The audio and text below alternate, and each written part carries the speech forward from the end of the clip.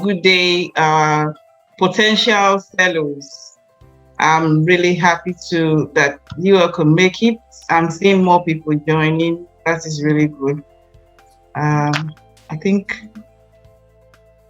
and some of our resource persons are still having trouble coming on. So we have 28, 29 so far on the charts this afternoon. And Esther and Okiki are having problems with internet connectivity. So I guess we will start so I don't keep you all waiting. Esther is here already. Esther is here. Oh, awesome. I didn't know that was Esther. I'll change my name. Okay, awesome. Thank you, Onyi. Yeah. Thank you so much for coming. So I guess we are only having Okiki Ola that is out now. Okiki is in the UK. So I wouldn't know what exactly the situation with him is right now. But I guess he will see the message, and whatever it is, he'll get by. So we'll just start. So right now we have 5 fellows on the call. I want to say a big thank you for making this happen. I know it's been really a crazy time. Some of us could not answer questions the way we were supposed to, and it became, somehow that even the people who sent in their applications for us to read were finding it difficult. So, but we're going to do the very best. I felt like, we felt like making this come together in a Zoom call like this will be better off, so that we can have that time to chat. And I think sometimes hearing someone's voice is better than chatting on WhatsApp, and then you don't have an understanding of the frame of the person's mind at that time. So I think that this Zoom will really be helpful. So we're going to start. And if you don't mind, I will start with a word of prayer. I like to do that a lot. If you're a Muslim here, just bear with us. We are all praying. It's the same prayer for direction and guidance. So Chibuzo is my co-anchor and my partner in this. So she's going to do the prayers.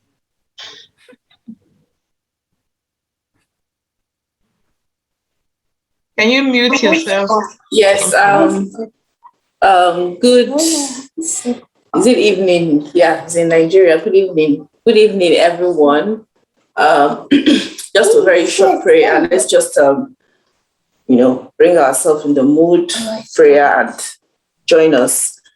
In Jesus' name, Father, we commit this meeting unto your heavenly hands. We know that all good things come from God. We thank you for bringing these people together. We thank you for even helping us that have gotten this fellowship, succeed, and being here to also help others. Father, we pray for divine direction. We pray that we touch all the aspects. We pray for divine wisdom to answer all the questions that we'll be having. And most importantly, Father, we pray that in the end, as many as all that enrolled in this and are joining us live today, that a few months from now, they will get a congratulatory message that they have been selected for this prestigious fellowship. These are many more we ask. For in Jesus' name we have prayed. Amen. Amen. Thank you so much, Chibuzo. I really like that part of the prayer that he said at the end of the day, we will have testimonies from here that potential fellows actually became fellows. That is our prayer. That is the reason why we are doing this. We are not, it's not, the fellowship is not, it's not customized. It's not a monopoly of some category of people. So when I was applying, I didn't actually know that I'll be selected. I had that mindset. This is our Nigerian mindset now. I say, they don't really select the people they want. They just want to do formality, that kind of thing. So it took me time to even complete my application, because I felt like, what's the use? If I complete my application, some people will have already gotten it. That kind of job vacancy application style that we do in Nigeria. So, but to my amazement, it was totally not like that. And after going through the process, I realized that, wow, this is an open and fair process of application. Yeah. You get what you want. So let me not take us too much into my own gist. I would like to hear the gist of the others, but I'll start with my resource person. So on the call, I have Miss Chibuzo Azubike, award-winning author, award-winning grant writing expert, the one that can tell you how to get scholarship and expert to the abroad, and you will get it. My dear. So Thank Chibuzo, you please, so much. give us 3 minutes introduction of yourself. Tell us a little bit about yourself and just that point of application for your fellowship, just briefly. Thank you. Okay. Thank you so much. Just like Maggie said, Margaret, I call her Maggie, the dynamite. I am Chibuzo Azubike, and please I apologize. You know, this is one of the things of being in the US. It's not like we're in Nigeria where you have people that can help you with your children and all that. So just bear me with my daughter today. I mean, it's part of the journey, right? So I am a PhD student here in Kansas, the US. I run a nonprofit which I founded, Husky Water Aid and Empowerment Foundation. Like Maggie said, I'm a social change person with different dimensions. I teach people how to apply for scholarships, visa, fellowships, grants, storytelling, and all that. I went for the fellowship in 2017, civic leadership, and it changed my life. The fellowship helped connect me with people who are interested in the work I am doing. One of the high points of it is someone who has been donating substantially to my organization every year. So whichever way, bad as it bad, we must run projects every year. And that connection came from the fellowship. It also connected me to people like Maggie, you know, who would become lifelong friends. You know, eventually everything is network because we are all here to connect with each other. So it connected me with like minds who would lift your spirits. Like I had an interview recently, I'm trying to wrap up, and somebody asked me, so Chibuzo, what keeps you encouraged? And I said, I think it's a network. I have vibrant friends that always help me remember me of why I started whenever I am discouraged. You know, people like Maggie and the rest of them I met during the fellowship. So that's all for now. Oh, okay. Wow. I count that as a privilege. I didn't know that was the story to tell. Yeah. Thank you so much. Chibuzo has been a fantastic friend. You know, he has been amazing, but I will spare that for later when we get the ball rolling. I'll go to Austin now. Austin Okoro Dudu, are you there? Are you on this call? Yes, I know I saw you. I'm here, Maggie. Okay, please, the ball is in your court. So Austin Okoro Dudu is a 2019 Mandela Fellow. For a good thing, we did our institute in the same state of Nebraska. So Austin, go ahead and tell them the rest that I don't know. I want to go on. Okay. Good evening, everyone. So I'm on the time belt. I'm in Nigeria, so I won't be able to use my camera for now for obvious reasons. So I got the kids around, so just trying to settle myself. By the way, yeah, I can see your daughter. So I have my son and my daughter around me, and of course, you know how they can be. So you just hear my voice. Let's take it from there. Yes, Austin Okorodu is my name. I'm a 2019 Mandela Washington Fellow. Had my institute at the University of Nebraska in Lincoln, civic leadership. Aside that, I'm a broadcaster, so I work with a radio station in Nigeria, and I'm also a certified John C. Maxwell speaker, coach, trainer. I think anybody applying for this fellowship this year perhaps has seen my 10 points. I did write that last year about what you can do to ace your application. You know, so I think it was also shared recently on the Yali blog via the email. I even got the email myself. So it took me 4 years enlisted in the prestigious fellowship. And I can say for sure, like Chibuzo did mention, it's a life change. It's a game changer. The fellowship is a game changer for anybody who knows the value, the resources, the network, even the net worth. If you ask me, thank you. So all this is a part of it. So I'm excited to be here. This is just one way of paying it forward. So that's why we're here. Thank you very much. And Margaret has been a good shoulder to lean on, honestly. So it's not just only for Chibuzo. Margaret, you are the bomb. Well done. Keep doing what you're doing. Thank you so much, Austin. Thank you for your kind words. And we will move on to Onyi, who is appearing as Onyi here, but she is Esther Mark, the one and only, the one and the only Esther Mark, the one that is always getting our backs, the Mama Yara, aka I'm always rooting for you. English woman. Our Madam English, the one that editor. When you bring your application now, she's just going to ace it and tell you exactly what you're missing out. And whether the comma extraordinary. Whether the comma is okay or the full stop is not all right. Please help me welcome Esther Mark on this platform. We are very, very fortunate and honored to have her here. Join us. Thank you. When Sis Meg and Chibuzo are hyping you, you're made already. You don't need any other. I don't think I need any other introduction. As I don't give me. You don't blow. Like this. You say? Say you don't blow. No, I don't hammer. I don't hammer. Good evening, everyone. I'm sorry. I'll be off camera for now till I just go home and I'm scattered. Let me use that word. So I'll be like this for now. Hopefully, maybe much later I'd refresh and all that.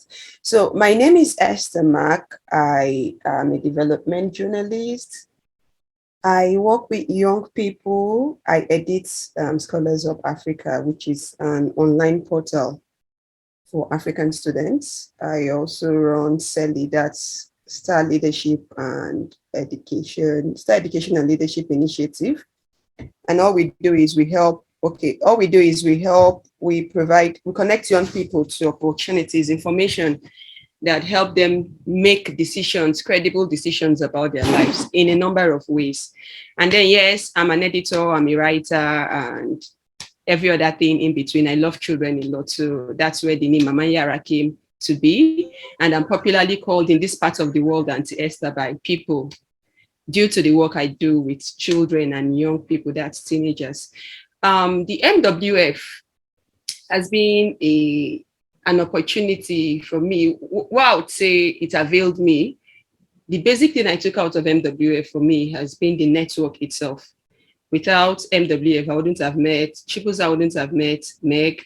And I got to know Austin last year also. Yeah, we did one. Yes, I got to know Austin last year. And sincerely, Sis Meg, Chibuzo, someday would actually open a full-blown book, we'll write a full-blown chapter about them and their inputs in my life personally. It's good to be here, and I look forward to we talking and seeing how we can actually help give you clarity on every part of the application. And like Chibuzo prayed in the opening prayer, that by this time next year, you would also be paying it forward. You'd be having more people in your own corner where you'd be helping them also gain clarity on how to apply and all that. So let me not talk plenty. It's good to be here in your midst. Good evening, everyone. And good afternoon to Chibuzo.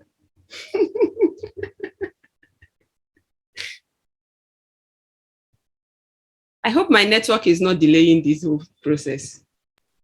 No, it's not. I can hear you. We heard you perfectly. Okay, thank you. Thank you.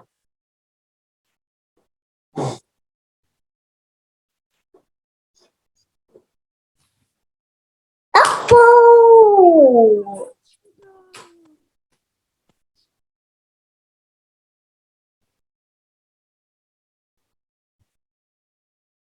Sis Meg is talking. It's like she's on mute.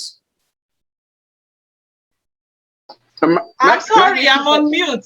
And I've asked several questions. Nobody was responding. I'm wondering why. I'm sorry. All right, sorry. So I wanted to know if we can hear each other. So Chisom said she can't hear. I think Chisom, if you're still on the call, please confirm that you can hear us, because the hearing is very important for all these talks we're going to be having today. It's important that you hear us loud and clear.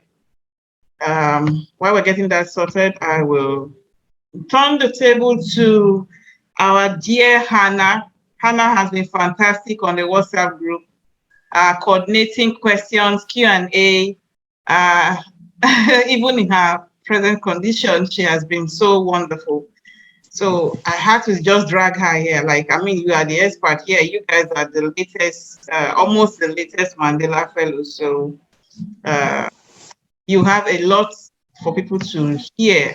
So, Auntie Hannah, are you there? She just relocated. Hannah there? Okay.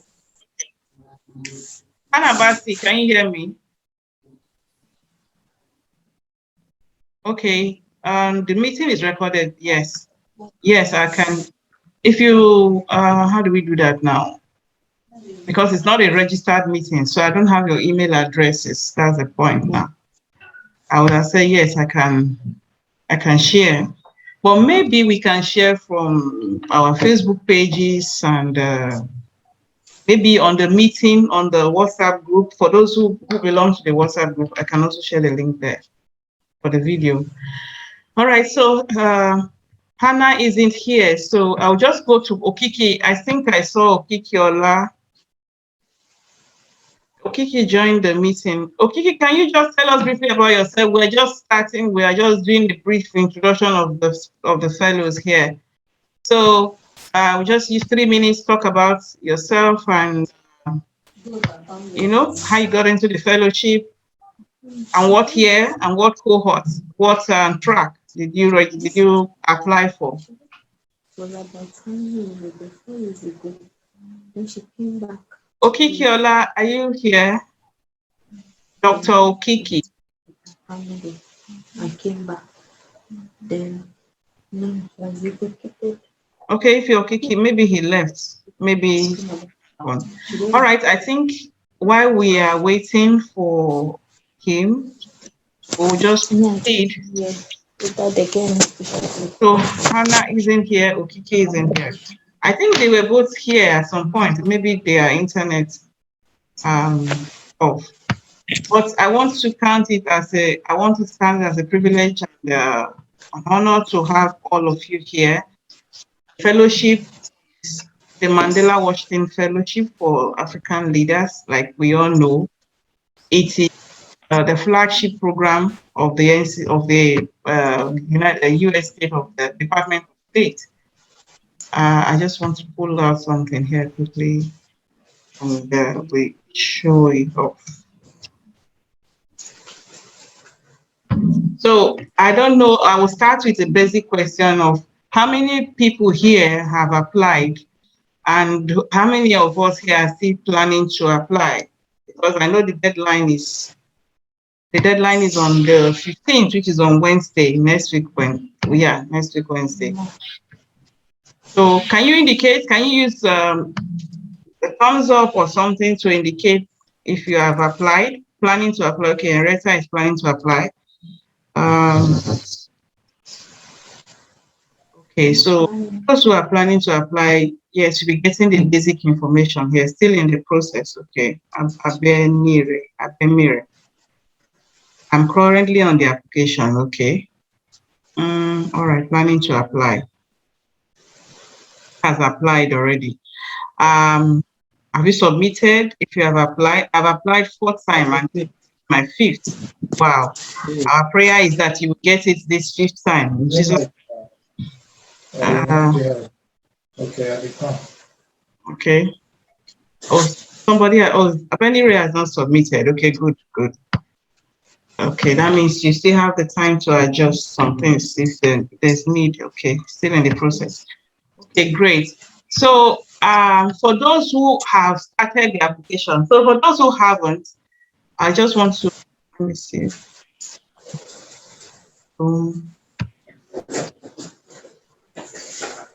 Submit all. So I'll just, let me just share my screen and then share the website.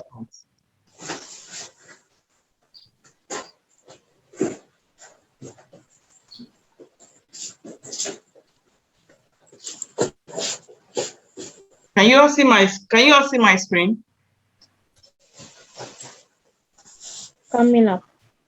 It's coming up, okay.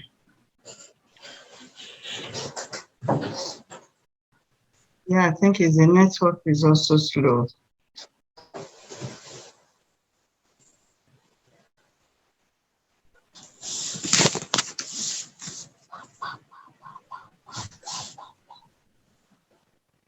So yeah, Auntie Esther is now live. See her pretty face now. Yes. Okay, can you see the screen now? This is the program we're talking about. Not yet. Oh, not yet. Okay, yeah, it has come up, yes. Okay. Thank you. So this is a program for those who have not started applying. It's a flagship program of the US government. Started in 2014. I am a 2017 fellow, so I applied like 3 years after.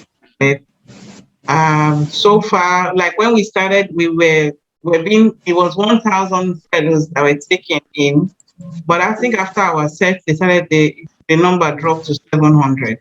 It's for young African leaders, ages 25 to 35, those who have accomplished one thing or the other in their field.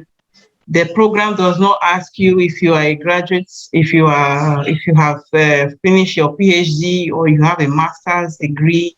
There is no educational limitation to the program. The most important thing about this program is impact.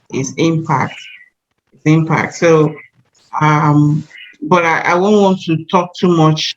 I have some experts here. So it has 3 tracks.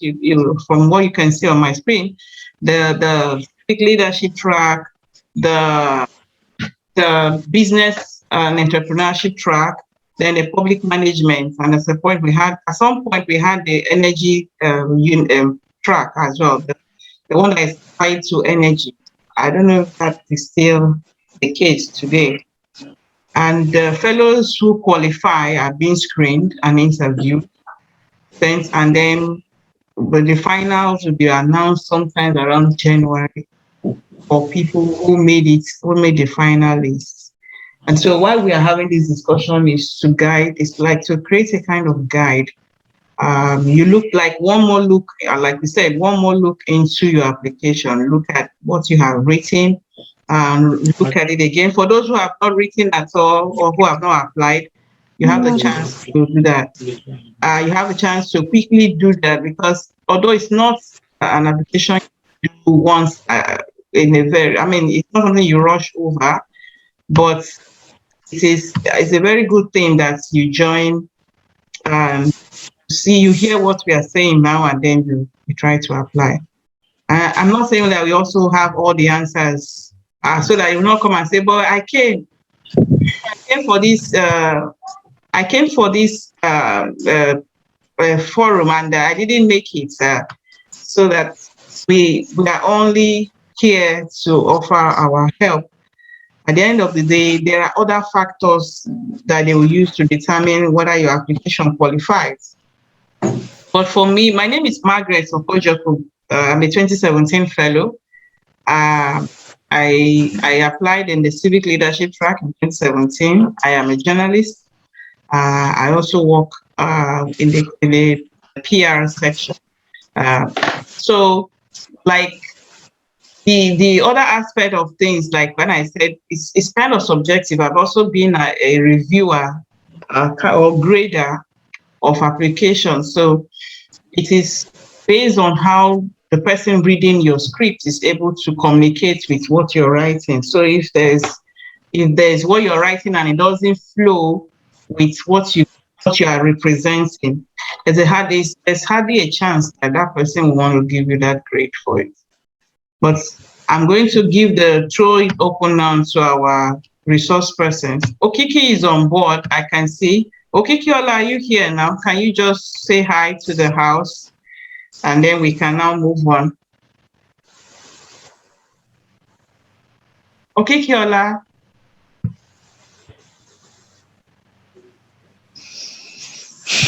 Can you hear me? Are you muted? I have to scroll different pages to be sure that I'm seeing the correct screen. Okay, so we will just go on.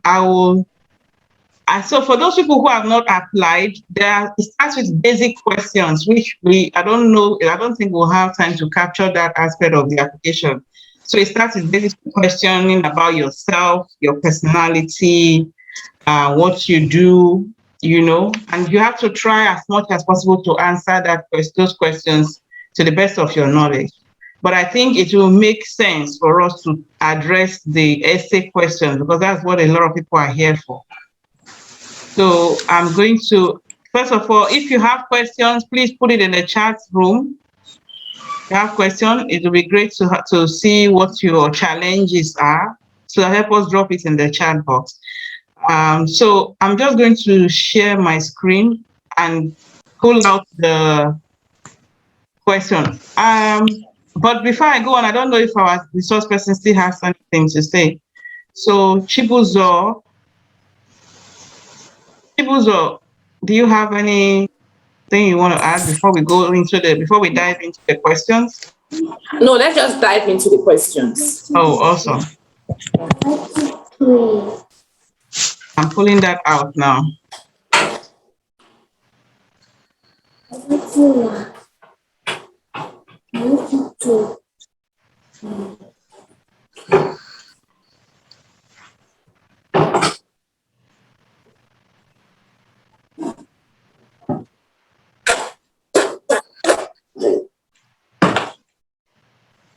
Is it black? Let's see yourself. Let's see yourself.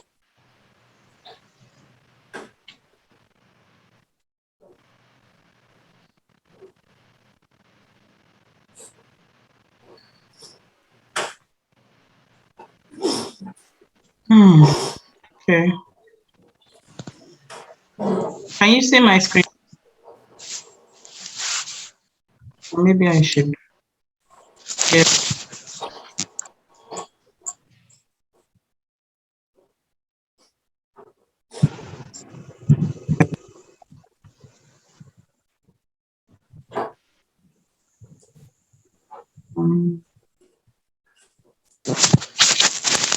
Okay, sorry. Hold on, please.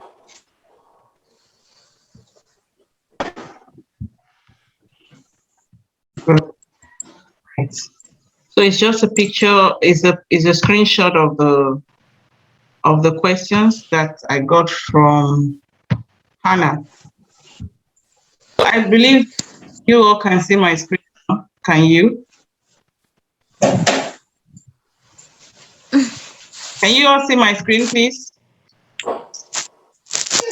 Yes. Oh, great. But it's not very clear. Not very clear. It's blur. It's blurred. Blurred. Oh, it's because it's this picture. It will come on. Let me see if I can increase the size. Is this okay? Not yet. Is this something you want to just read through, Margaret? Because okay. I don't think you may be able to achieve getting the best quality out here. All right, I'll do that. So it says, please give a brief description of any major professional accomplishments within the last year and your aspiration. Why have you chosen this work? So I'm going to have my resource persons answer this question one after the other. I'll begin with Esther. Esther Mark. Yeah. Yes. Can you help us address this first question? This is blurred. Can you? Sorry, Abenire has a question. You're raising your hand.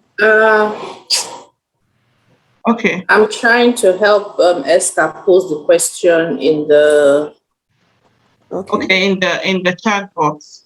yes, because so that we can make progress. Okay. So, but the question is can I maybe I can share with I can share on WhatsApp if you have your phone close by. I can also I share. think I have an idea of what question one entails. Like Okay. your professional accomplishments in the last 1 year, right? Yes, something like that. And I just want to see. Okay, share the question. Just share it. So Meanwhile, it says please give a brief description of any major professional accomplishment within the last year, within the last 1 year. okay. Yes. And What your are the other parts aspiration of the questions? and your Long-term goal. aspirations. Then why have you chosen this work? So your professional accomplishments in this 1 year and your aspiration. And then why have you chosen this work? Okay, somebody has posted it on the chat. Okay, so this is how I approach this question. Basically, most times when I am writing an essay or answering a question that has to do with an application, I always advise people to break down the questions into simpler components. So if you break down the questions, it will be easier for you to get all the ideas. No, I don't think it's in 100 words. It's in 150 or 250 words. You need to check. Somebody is asking in the chats. Now, how do you break this down? They said, first of all, give a brief description of any major professional accomplishment. That's number one. What professional accomplishments have you had in the last 1 year? And one thing you should put in mind is your accomplishment is whatever it is you term as your accomplishment. So it might not be a very major thing to somebody else, but because it is to you, it is what you call something people would answer. The name you give to a thing is what people would answer. So you look at your progress, you look at your work, you look at what you've been doing in the last 1 year. What is that one thing that stood out for you, or that stood out for you, that you beat your chest and say, at least this is something I've done. This is something I am happy I've been able to accomplish. It could be anything. It could be writing a book. It could be volunteering for an organization. It could be winning a grant. It could be helping provide information for some certain set of whatever it is. The thing is, it must be professional. It must be in line with you. Sorry, Chibuzo, can you please mute? Okay. I'll find baby. Okay, so like I was saying, it must be peculiar to you, peculiar to the work you're doing. The second part of it says, what are your long-term goals? So I try as much as possible to tie these two together. I'm not bringing an accomplishment I had in this field, and then I'm bringing my aspiration or my long-term goal in another field, and it doesn't tie. So if my aspiration is to, for instance, own an orphanage in the next 3 years, in the next 5 years, whatever it is I'm using as my major accomplishments within the last 1 year should have a way of revolving around that goal, that end goal of owning an orphanage in the next 2, 3, 5 years. I don't know if you guys know what I'm trying to say. So there should be a connection. There should be a dot, like something tying an invisible, a rope connecting some invisible dots together. Whatever your accomplishment is must be tied to your long-term goals. That means it's like a milestone. You know, when you're writing down your goals and all that, your SMART goals, there's always the milestone, which tells you, okay, by so and so time I should have done A, B, C. So if in 2 years or in the next 1 month, I've been able to do this, that means I'm going closer to my goal. That's just what this question is all about. You know what your goals are. What have you achieved in the last 1 year that is helping you get closer to this goal of yours? Now, secondly, you also need to answer the third part. Why have you chosen this work? Everything we do has an answer to the question why. If you cannot define why you do what you do, if you cannot put a peg on understanding what you do and why you're doing that thing at this point in time, then there is absolutely, we have a problem with what you're doing. So you should be able to tell yourself, this is what I'm doing at the moment. This is the why. This is the major reason why I am doing this. This is why I'm in this field. So Chibuzo grants people, she helps people write applications. She teaches you how to write your application. If you ask Chibuzo today, why do you teach people? You would see an underlying motive, a need behind whatever it is she's doing today. So whatever it is you're doing, whatever it is you're writing as your responses, whatever it is you're writing in your essay, it should be connected. What is your long-term goal? What is your long-term goal? Why are you doing what you're doing? What have you achieved at this point to move you from point A to point B? Your aim might be to get 10,000 at the end of the day. Your major achievement at this point might be you've been able to learn how to get a job that would give you that 10,000 in the next 2 months. That's a major accomplishment. Now, why do you need that 10,000 there? Probably to help you set up something, to help you cater for something. There must just be a reason. There must be a why. So this question has to do with hindsight. Where are you coming from at the moment? What have you achieved? And where are you going to? And the place you're going to, why do you think? And it's very easy to actually tell in applications when you see people who don't really know why they're doing what they're doing. It's very easy to see. So when you're reading applications and you just see, it has a way of, you just see the person beating around the bush.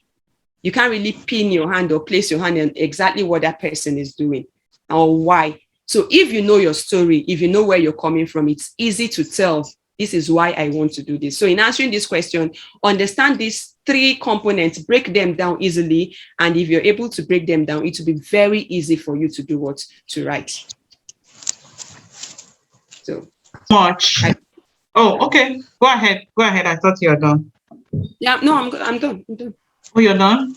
Okay. Thank you so very much. And what you said is very, very important. Know your why.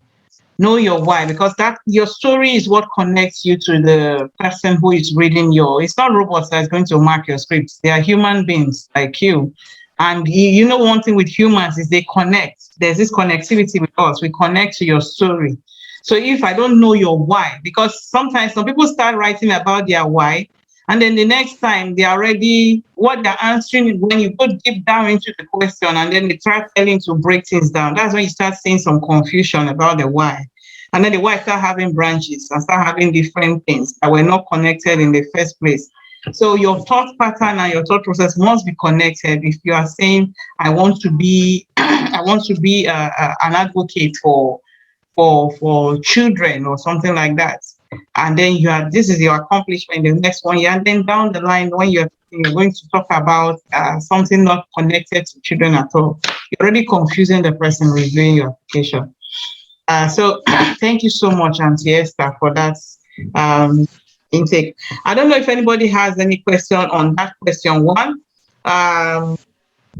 If we are satisfied, we can move on, or I can ask Chibuzo, you want to add something to what Esther said?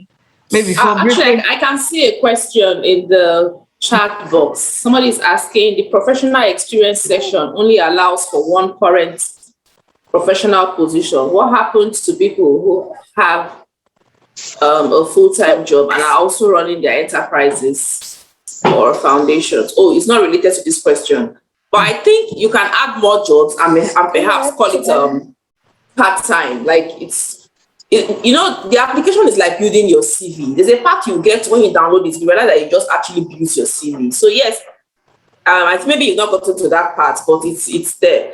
But the only thing I think Esther has already said the most important point. I just want to add, since you have 250 words here, that's a lot. In doing this, in explaining your why, you could tell a story. Now, I want you to have in mind that you're trying to convince people, and there are several applications, like you read thousands. So there are some things that you can do that can make your application unforgettable. One of them is using powerful quotes, right? Short quotes, not like very, very long quotes. So in trying to buttress your point and showing why it's important, you could say, there's a saying that it takes a village to raise a child, that kind of thing. People would always remember that one. Secondly, tell stories. I mean, like I said, this is 250 words. There are some that are 100 words. So you don't even have much to write in those places. So while you're trying to explain your accomplishment and all, you can tell a story of, perhaps your grace to grass story or something about your beneficiary, something like in explaining that. That way, they won't forget your application in a hurry, and you stand a good chance. I wanted to just emphasize these 2 points. Very, very important. Very, very important. Tell your story, tell yourself. Augustine Igueshi, your hand is up. Is it related to? Yes, please go ahead. I have a question. Can you hear me? Yes, we can hear you. Yes. I'm just on the applications here where they said resume/CV professional experience. So I filled that place and I added the extra for work experience. But when I submitted, when I click on save and continue, for me to go to the next page, it says, sorry, there was a problem saving your information. Information about at least one professional experience is required. Click. But I've added all of that, so I don't really know what is the problem. Okay. So if I get you correctly, you filled one or two professional information and it is not allowing you to submit your application. Yes. Is that correct? Okay. Professional experience, I filled about four. But when I save when the icon save and continue, so when I click there, it did not take me to another page. I have written cleared and it showed me, sorry, there was a problem saving your information. Okay. Hannah, is Hannah on this call? You want to tell us how Augustine can navigate that?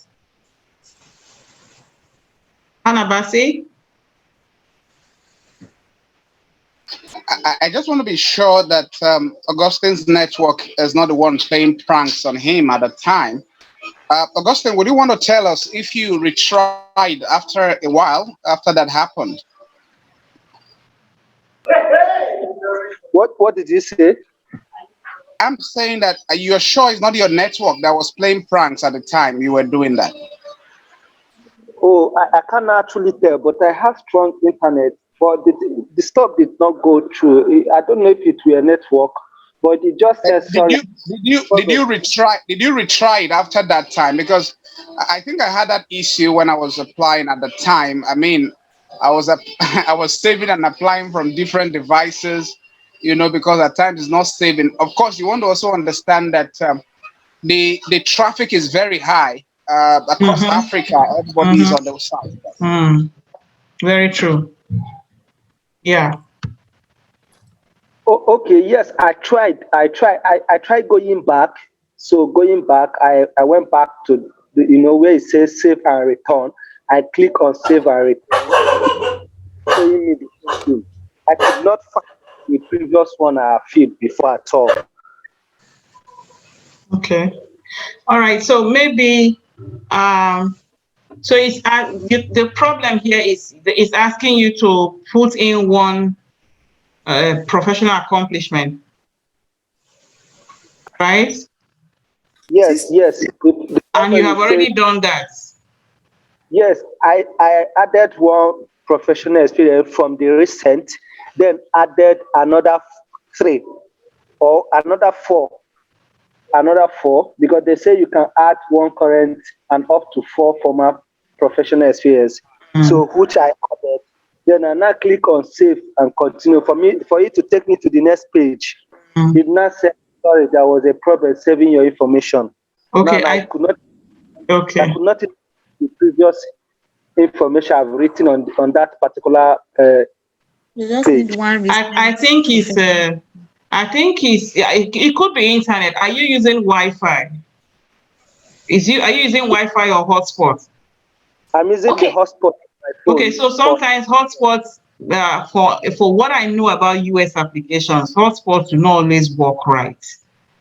Okay, please, can I quickly say something on Austin? I think I have an answer to this question. Yes, Go yes, ahead. I was also going to say something. Okay, so what Austin is going through right now, I think he has put more than one position where that has the option of I currently work here. If you're putting more than one with the position with the option of I currently work here, you cannot move to the next stage because you're expected to provide information about only one current professional position. If the rest, you no longer work there. If the rest are previous experiences, fine. But if you're putting like 4, let's say, for example, you have a 9 to 5, you're doing something for one already established NGO, and then you're running other maybe volunteer jobs and all. It gives you the option to put all that, but you can only provide one current professional position. So the others, before you can submit and move to the next point, the others must be experiences maybe from the past, but not with that option of I currently work here. So if all the 4 you put have the option of I currently work here, you will not be able to submit because you're expected to put only one professional position where you currently work. The rest could be past experiences. So that's the issue there. Thank you very much, Ademire. Is that the question you want to ask while you raise your hands? Or you have a question? Yes, I wanted to help answer the question. I wanted to help answer it. Thank you so much. We appreciate that response. I mean, those of you who are already applying and who have passed that stage, and you can relate better with what he's saying or what any other participant is saying, and we can still keep in an answer because we are not seeing the interface you're seeing. We're only working based on the questions we are made that was supplied to us. I've seen Sandra, your hands are up. Hello. Hello. Hello. Yes, can you hear me? Augustine. Yes. Okay. If I understand her clearly, she said, I have to just put one current work experience and otherwise should have to be past experience. Is that so? Yes. Yes. Yes. Yeah. Yes. I guess that is the problem because I actually added 3 current experience that is still ongoing and 2 past experience. Okay. Just pick one of the ongoing experience. Pick one. All right. Okay, Maki, I have a suggestion. Should I go ahead? Go ahead. Yes. Can they type their question? Yes, please. So that, because if we continue like this, back and forth with the way Austin kept, it will just give only one person the chance to ask. So and there are about 36 people here. They are now 40. Yeah, so we need to give everybody a fair chance to be heard. So please just go to the comment section and type all your questions. Yeah, Margaret will just read it and then we'll respond so that we can make progress and really touch several areas. Yes, that sounds like a great plan. So we'll move on. I'll just go ahead and answer. Did you ask your question already? I said, okay, Austin carried on. Can you ask your question now? Or we move to Dida?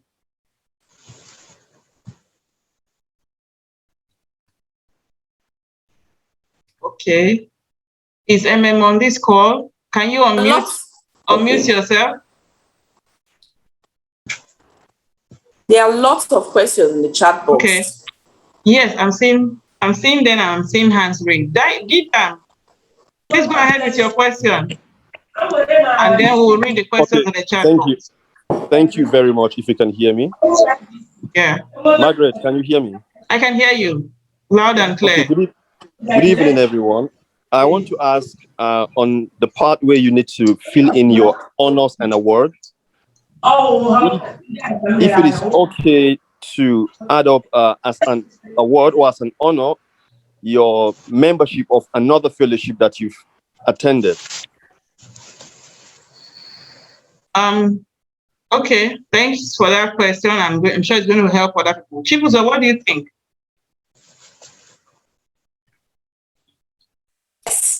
For honors and award, I think you should. Like, this is like an opportunity you have to sell yourself. So why do you want to keep it to yourself? Not like those honors and award may help you with, but I mean, it's part of your portfolio, right? You never can tell. One of the things I've come to realize is, this is a competition, so you have to put it in your best shoe. So let's assume you make it, your essays are good, but the most important thing that I think is your essay.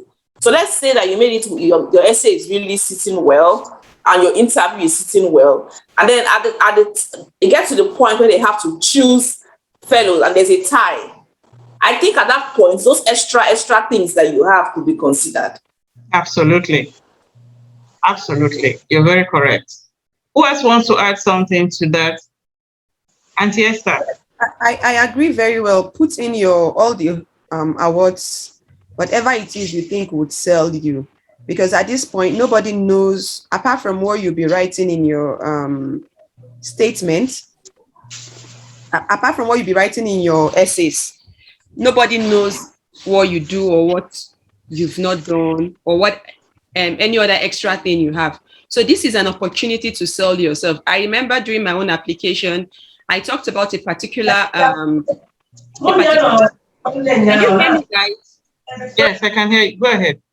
I remember during my own application, I talked about a particular story I had written. I told you guys I'm a journalist, and I attached the transcript of the whole story. Now, the surprising thing was during my interview, they kept hammering on that story because they had to read everything from beginning to the end. And this was like a 7-page or maybe 8-page story. So if I hadn't added that and all the awards I won as a result of that story, if I hadn't added the extra awards I won, perhaps, I don't know. So anything that can sell you, it might not be the same for every other person, but this is just the only chance you have to sell yourself again and again. So whatever it is, don't just go and be packing I wouldn't advise you go and pack some small kind of, I don't know, let me not downplay any award. But the thing is, at the end of the day, whatever you think would make you would sell you better off, please add it to the application. That's why they provided that opportunity, that area for awards or whatever it is. If they didn't see the need, they wouldn't add it. So go ahead and include. And sometimes when we even vet applications too, we still go ahead to check any of those additional things just to see, okay, who gave you this, where, what organization and all that. So if you think you have, so it's better you added and you did not get it than you did not add and you did not get it. It go pay you. Go pay you well. There's no better way to re-emphasize this. For me, just to add my voice to this, is look out for those extra things that gives you an edge. It's a competition, and the best way for me is don't be moderate. In other things, just do jelly and all that. Hey, bro, sis, look, this thing is, you need to grab it like, just move on. Any other thing that will give you an edge. If it's that thing, and I think Esther mentioned it at the beginning, it's self-defining, more like this award. Maybe I know how important this award is to me. It could be in my industry specific. It could be in my community as a result of my my community service. It could be as a result of my volunteering work, as it were. When everybody, I mean, you are looking at some 55 persons. I don't know. I'm not sure about how many they're taking this year. Between 50, 55. And you're looking at maybe some 10,000 or 9,000, even 7,000, even 5,000 applications. So many times it can really be scary. So put your best leg forward and see how it goes. Thank you very much. Thank you very much, Tim. I believe that question has been answered.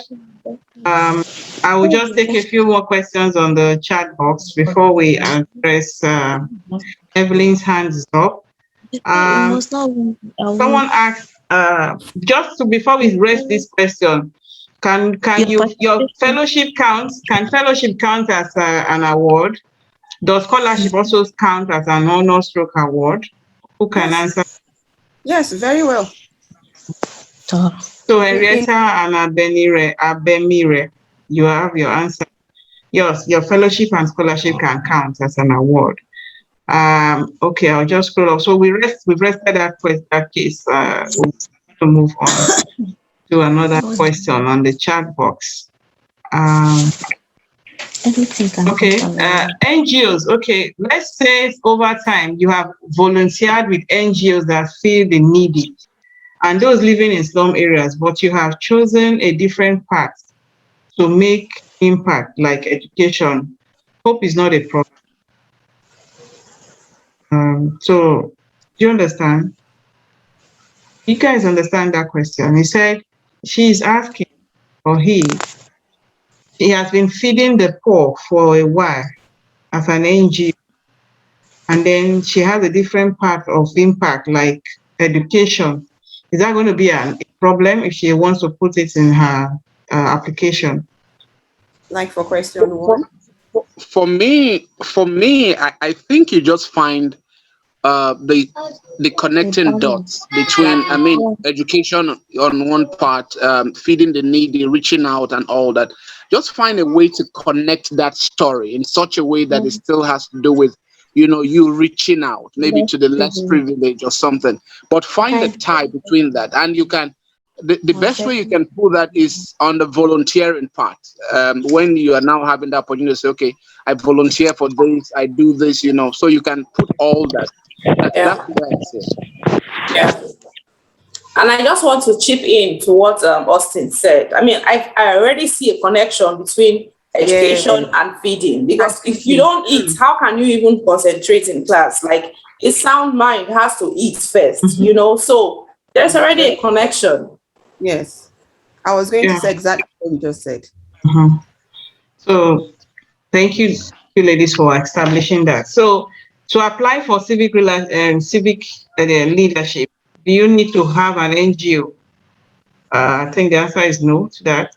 No. You don't need to have an NGO. You may have volunteered for an NGO that works around that space, but you don't necessarily need to be running an NGO. Thank you. So that question is answered. Does certificate of achievement from a conference in IMUN International as a delegate count as an award, because it's recognized by United Nations also? I know IMUN, though. Well, does it count? Let me not say. I wouldn't necessarily say it's an award. It's a certificate of participation. Yeah. So it's not an award. And you paid for IMUN, you pay to be a delegate. So it's not an award. It's something, it's like going for a course. And at the end of the course, they give you certificates. And so you won't say that's an award you got. In any case, there is a position for professional training. I don't know if that's in for this year, but I recall. I recall there's somewhere around there about some professional courses you may have taken or something, or extra trainings outside your normal, 9 to 5 or the NGO work you do. So I think you can add that. I attended IMUN training, and the certificate of participation was issued or something. That could help. That's how I see it from here. Well, like we said earlier, whatever gives you the edge, but I think something like that can be added inside your supporting documents side. Yes. That aspect where you have to drop any supporting document or support, that last, I think that's at the tail end of the application. So that box is meant to drop things where that you feel can support your application or give you a strong application. So you may not have to put it at the part of the award since it's just a participation, but that helps your interviewer or your reviewer know that you have some level of exposure in certain things. So you can put that there. I think we're going to go to the next question because of time, so that we can just rush this and make sure we touch the essay. Is very important.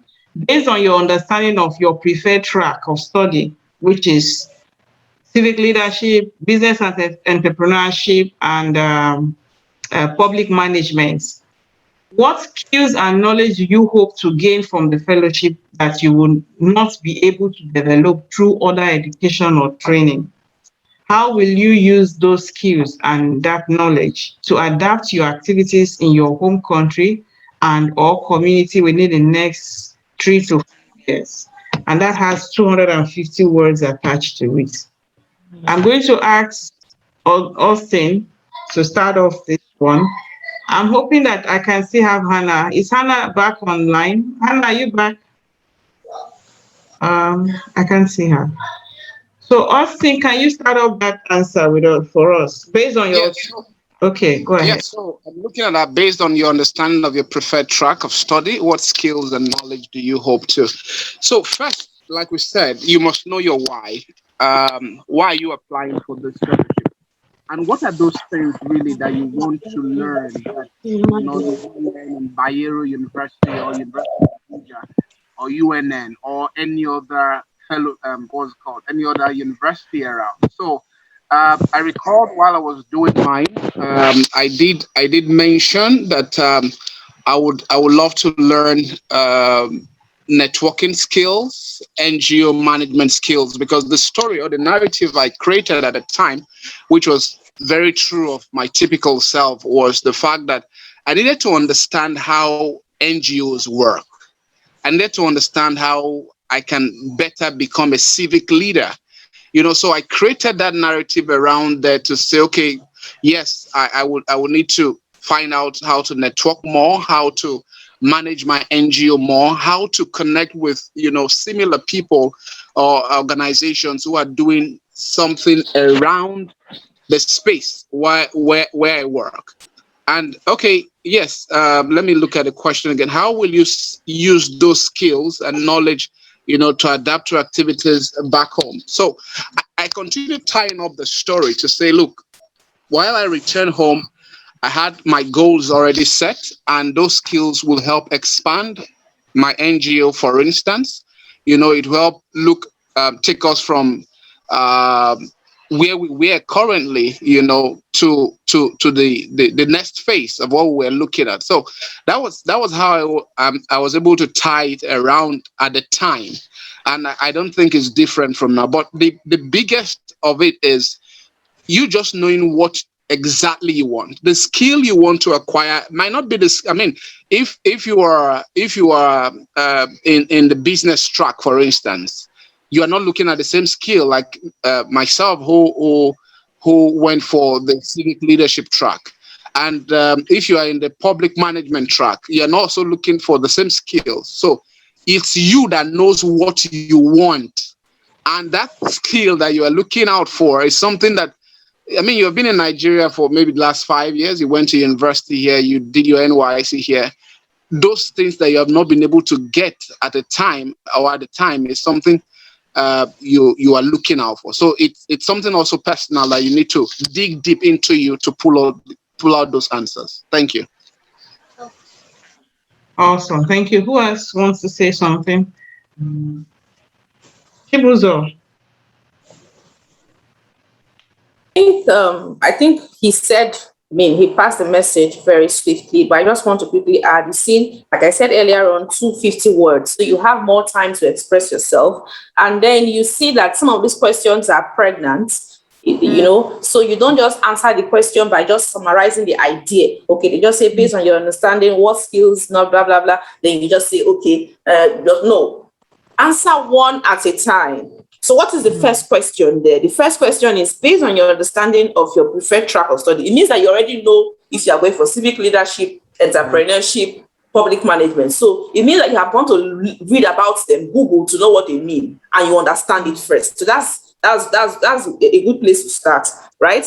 What skills and knowledge do you hope to gain from the fellowship that you would not be able to develop through other education? So that's the first question. So what do you want to develop? Like he said, networking. If you're in a business, for example, you could say something like, I'm just giving an example. You know that American businesses can last for generations. Like here in Nigeria, once a business hardly thrives, 10 years, they are dead. You know, you could say those kind of things, that you want to learn their model and how this thing works. And just like Austin emphasized, networking is very important, because sometimes some of the best things of this fellowship is what you gain from within, right? You want to network with young people who are doing the same thing you do in other parts of Africa, using the African situation, and are still excelling, so that you can learn how to scale your initiative or something. Then the other question is, how would you use those skills and that knowledge to adapt your activities to your country home within the next 3 years? You want to talk about how you would come and train your team. I'm just giving you examples. I'm not saying you should use these examples, but I'm just trying to bring it down to, if I was answering that question, what would I say? Okay, first, you have gone to learn. And you know that as a leader, if you focus on yourself, it means that if you are removed from the equation, the organization will die. That leaders build others. So that is where you will now start with saying, I want to train your staff so that you can do this. How will you use those skills? You know, you want to now talk about the things you will not be able to do, that when you come back, you know, you want to be able to scale. If you have a school that has this, you want to be able to scale with this. After implementing the several management or whatever, you want, if for example, you're in a non-profit, now that you have learned different fundraising, blah, blah, blah, you want to be able to, I'm just giving examples, you want to be able to use those fundraising strategies that you have used for your initiative, so that you can reach, you can increase the number of your beneficiaries from 1,000 to 5,000, that kind of thing. So you want to really give examples. Don't just speak generally. Give examples related to your work. Okay. Thank you very much, Chibuzo. Esther, do you want to add something, or we move on? I've said basically everything. She has said everything. So the idea is, I'll just chip this in. Know that as you're going there, you're going to learn whatever it is you're going to learn in a foreign setting. And so you'll be asking yourself, how would I want to come back and replicate this in my own local setting? Because not everything you learn there would be applicable here in Nigeria. Not everything you learn in their own, they have the lights, they have everything. Technology is working 24/7. How do you come back and replicate it?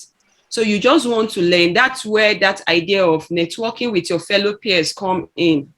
So people, one thing you should know is they'll be linking you up with people who are doing similar work with you from other countries. So you may want to learn from them. How have they been doing what they are doing in their own country? It's Africa. So how would you be able to replicate it in Nigeria? It's easier than learning how they are doing something in the US. And they go church tomorrow. Okay, now they go church.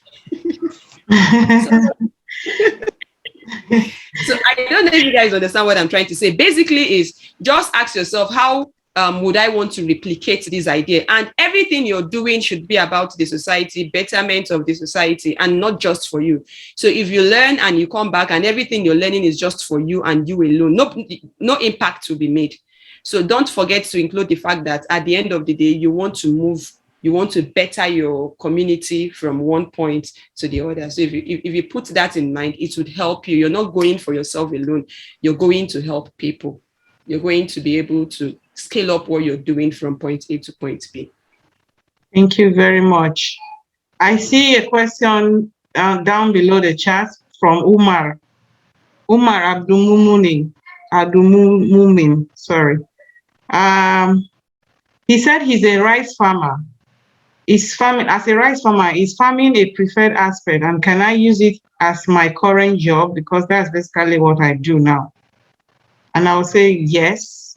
I think this year's fellowship, they emphasize very much on us getting people to apply even from the rural area. They want to have diversity. They want to have applicants from both urban, rural, and every aspect of Africa. But I'm going to throw the question to Okiki. Okiki, you're back. Can you respond to Abdul's question? So yeah, Umar. Okay, yeah, can you hear me? Sorry. Yes, we can hear you. And we can also hear the voice behind you. Sorry, my wife's also on the work call. So let me just get to space. I can speak. Give me a second. All right. So can you hear me now? Yes. Okay, that's fine. So it depends on which track you're actually applying to. So if you say, for Umar, if you say you're a rice farmer and you're trying to apply to MWF, so what the reviewers, your essay should tell us, is your rice farming solving a community problem? What problem are you trying to address? Or is your rice farming trying to make profit towards um, adjusting a specific or solving meeting a specific need in the community? So, like I said again, you can use anything you're doing to apply for this. Trust me, you can use anything you're doing to apply for this fellowship. Whether you are even doing shoemaking. Guess what? Let me give you an example. Okay, I forgot to introduce myself. My name is Okikiola Oladele. I'm a medical doctor. I was a Mandela Washington Fellow in 2018, and I did the civic leadership track in Rutgers University in New Jersey. So I worked in the nonprofit space. I had an NGO with a couple of friends where we deliver healthcare to people in hard-to-reach communities in Kwara states, a little bit in Oyo State, and then we did some adolescent sexual and reproductive health stuff, mostly in Kwara State. So automatically, if you were to read my application story, it's tilted more towards a person in the civic leadership space. But I had a friend who I met on the fellowship. She was from a country in Eastern Africa. Was it Uganda or Kenya? I cannot remember right now. But she's a person living with HIV. She's actually virally suppressed. So for those who are listening, virally suppressed means a person who cannot infect another person because their viral load is very low to the point that it is undetectable. So they cannot infect another person. And that only happens when you're using your drugs consistently and all of that. So I'm giving you that backstory so you can understand what this lady did. So she's virally suppressed, and because there's a stigma attached to HIV and how people try to get from HIV, she started creating artwork using the cover of retroviral drugs. And she was selling those. So do you understand? Now, for me, that was genius. I was blown away for this kind of person. She used the cover on the drugs that they use to create artworks. And she sold those, made money, used the money to create a plan for people who are living with HIV to help ensure that they get help and get the care that they need. And for her, that was a civic space, and that was also a business space. So she was the business and entrepreneurship line or something. I can't really remember what. Yeah, this was a business entrepreneurship track. So anything you do for Umar, anything you're doing, you're a rice farmer. The issue is that I won't say the issue. The thing is not, are you a rice farmer or not? It is, being a rice farmer, how are you meeting the needs of people in your community? And if you look at the space, what's it called? The essay questions this year, that is what they're asking for. I'm not sure I can't see the essay question anymore here. Yeah. Give me a second. Yeah, Yeah, so one of the questions there is, what are the problems you're trying to solve in the community this year? Okay, blah, blah, blah, blah. So describe a specific instance when the pandemic or the repercussion. Okay, now, for example, for Umar, you're a rice farmer. One of the questions is asking you how the pandemic and the repercussions helped you to grow as a leader. So if you're a rice farmer and because of the pandemic, you're unable to go to the farm, or your staff you had to do social distancing, your production had to be cut down, what innovative ways did you use your skill as a rice farmer to meet up with the pandemic needs? Were you able to pivot your rice production from just producing and bagging rice, creating rice flour, or meeting needs in your community? Those are the things that the reviewer, if I was a reviewer, those are the things I'll be looking out for in your essay, because I don't know if they spoke about this before, because I was being logged out from the Zoom session every now and then. If they've not talked about this before, I was a reviewer. I reviewed essays for officially for MWF at least once or twice. One thing there's a scoring rubric. There's a document they give reviewers which changes every year, and that rubric looks out for specific points in your essays. And when I see those points in your essays on the scoring platform, I put a particular score there. Okay, this is there. This person makes this thing. This person makes this thing. And I don't know if there are our friends, our colleagues, our brothers from francophone countries here. One thing you should also be aware of is that they ask the essay to be written in English, and automatically some people actually wrote their essays in French, and automatically those essays are disqualified. So that is one thing I want to advise on also, so that you will not get lost in just writing the essays. Try and write your essays in English also. Somebody asked about the public health space. I think I've answered that using my own example. It's very easy. It is very, very easy. Just think about what you're doing. I would share another story. I had a colleague at MWF 2018. She has a business enterprise where she has a business enterprise where she does menstrual hygiene stuff, products, and all of that. Part of creations. I think see some of us on this system have heard about part of creations.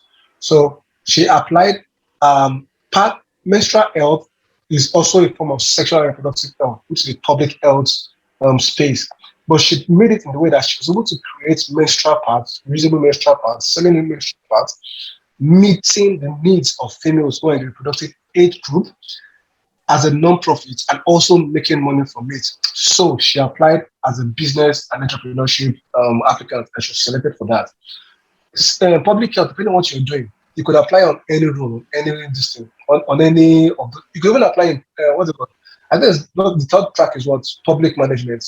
Yeah, so if you're working in healthcare policy, you've created innovative policies in your state, in your local government, in your community. You could apply in public management track. So it depends on how your story fits. And like I wrote in the answer section, sometimes you could apply in civic leadership. And because your essay is so good, your application is so good, and they selected you, they may tell you that, oh, this lady applied in civic leadership, but our story fits more into the business pattern. So they will put you in a business track when you get to the program. So sometimes it doesn't matter what you actually apply for, because they may, on their own discretion, change your track for you. That happens once in a while, but then it's possible also. So just think about your story, think about how your community is being impacted, and think about how you can also give back to the community and how you can learn. And that is what will guide you in choosing your track. Thank you. Thank you very much, Dr. Okikiola. Thank you for those examples also. Very, very insightful. As we're going on, we're going to progress with the questions. As we are progressing, I believe some of your questions on the chat, our resource persons are also going to be answering your questions. So put your eyes also on the chat while we keep reading and we keep going on. So we're just trying to be fast with time. I know that everyone here has their timing already scheduled for one thing or the other, so we're not going to take much of your time. I will move on to the next question. Then the question on the chat, I will be providing answers as we go. Public and community service. Question 3. Public and community service are essential responsibilities for leaders. What communities do you most hope to reach and engage through your work? How are you working towards this goal now, and what else do you hope to accomplish in the future? I think Auntie Esther, you can answer that for us. Thank you, Maxwell, for posting these questions on the chat box. Thank you. So the question is posted on the yes. What question are we answering? Question 3. Public and community service are essential responsibilities for leaders. So it's on the chat box. Somebody just posted it. Maxwell just posted it. What communities do you most hope to reach and engage through your work? And how are you working towards this goal now? And what else do you hope to accomplish in the future? So basically, who are your target audience at this point in time? The work you do at the moment, you're volunteering, you run a business, you own an NGO, you work in the public management space. Who are your services inclined to? Who are your products inclined to. So basically, they want to know who your target audience is. And in mentioning your target audience, you want to break it down into simpler components. So your target audience, if they are children, what category of children are you looking at? Are you working with? Are they toddlers? Are they sucklings? Are they babies? Are they preschool children? Are they in primary school? Are they in secondary school? So you want to break this down. I'm looking at the first part of it. What communities do you hope to reach? Your communities are your target audience, basically. So you now want to include, you may go further to include the demographic and the geographic makeup of them. So you're working with teenagers where in Plateau State, what part of Plateau State? You might say in just Plateau State, you work with this group of teenagers or you work with this group of children. So break them down, know who your communities are, know where you're working. So don't just give a generic answer and say, I work with teachers in Nigeria. That's a broad term. Nigeria is big. What part of Nigeria is your work covering at the moment? If you check the second part of the question, they're actually looking at you scaling up your work. They say, what else do you hope to accomplish in the future? That means you might be reaching out to teachers in a particular school or in a particular area or in a particular community.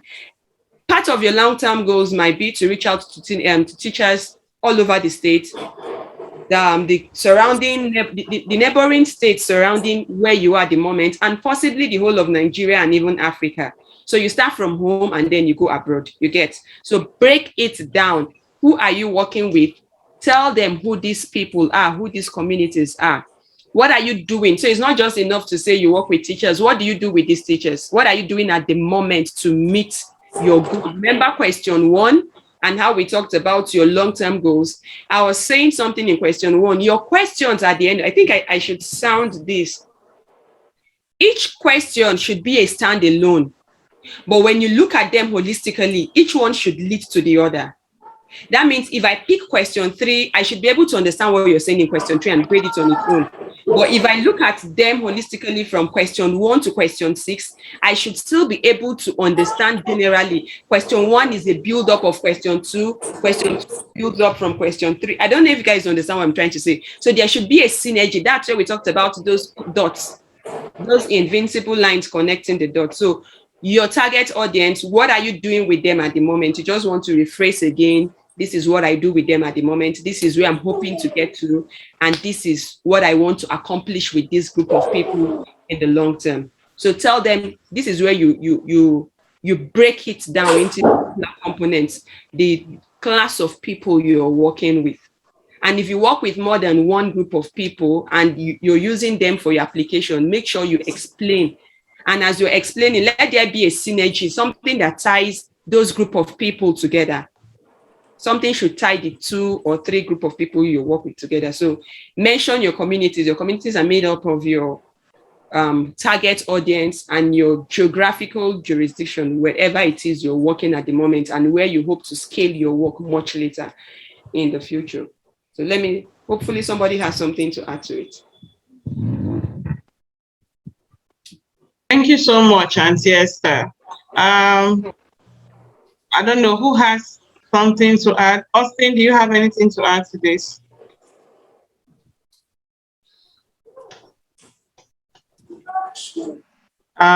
Is Austin out? I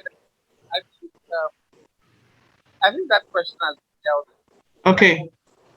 Yeah, I just want to ask this. There's this person on the chat box that we can relate to. I am currently, it's from Sandra, said I'm currently a teacher and have done quite well in this part. My question is, which track will be best suited for her? Is it okay to apply with this, or should I apply with a business I started? So Sandra has a business, but she's currently a teacher and she has been building herself on the teaching part. Now, she's now asking which track should she apply for?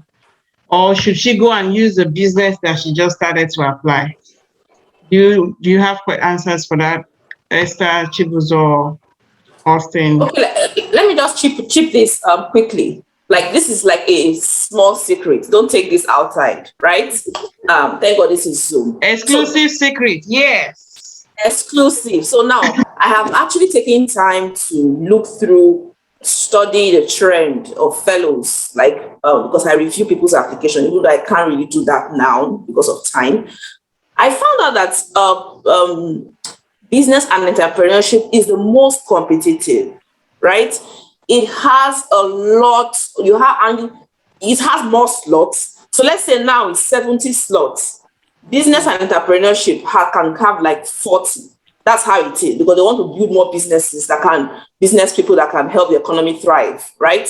The rest of them, civic leadership, has fewer slots. However, the amount of people that apply for business and entrepreneurship are like ×4 of the rest of them. So what this means is that if you have looked at your situation and you do not stand a good chance, if you apply for business, then you want to look at civic leadership or public management. Now, what do I mean? Are you making money from that thing?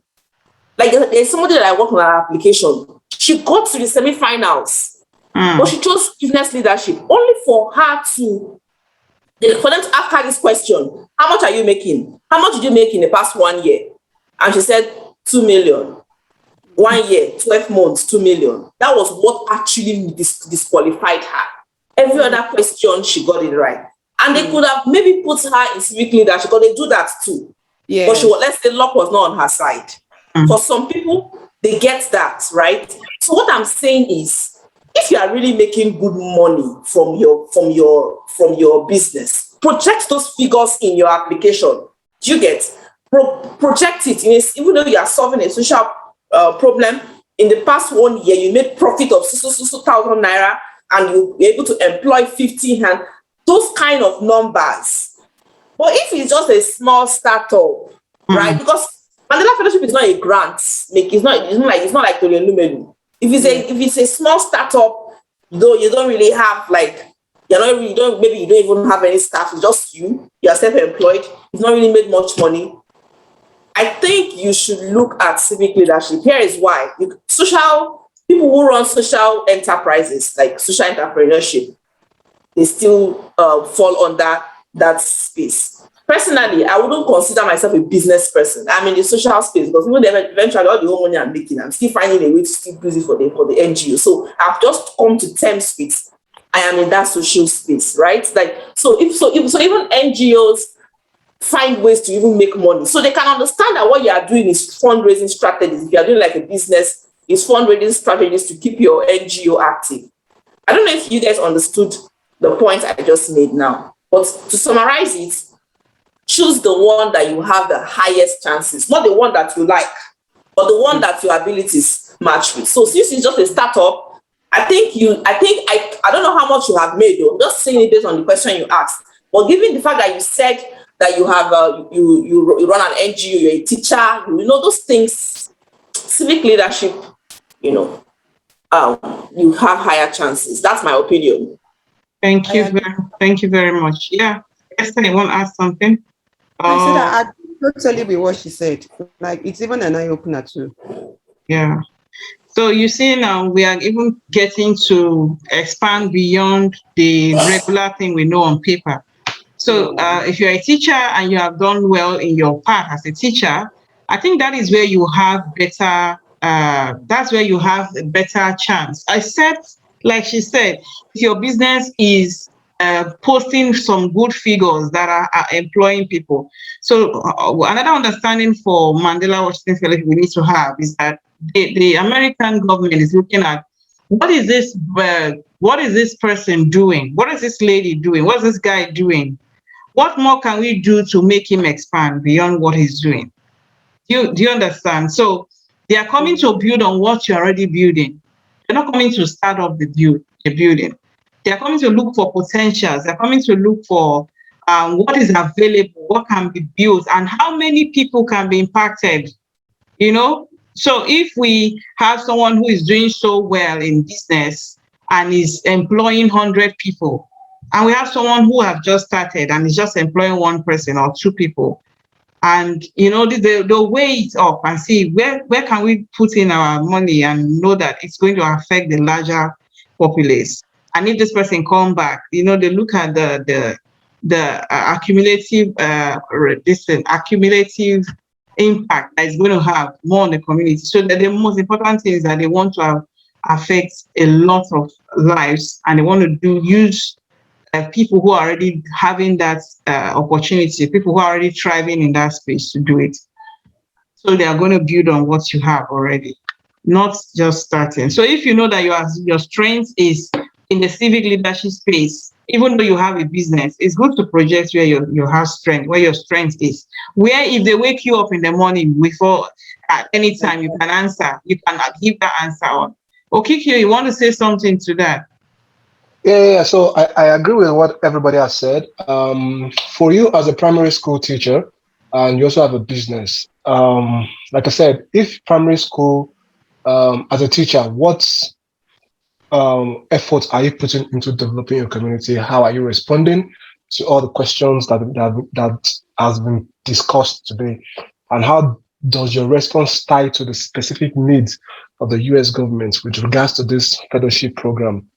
If you are in the business, like we've said, run a social enterprise and all of that, how are you using that to also develop your community?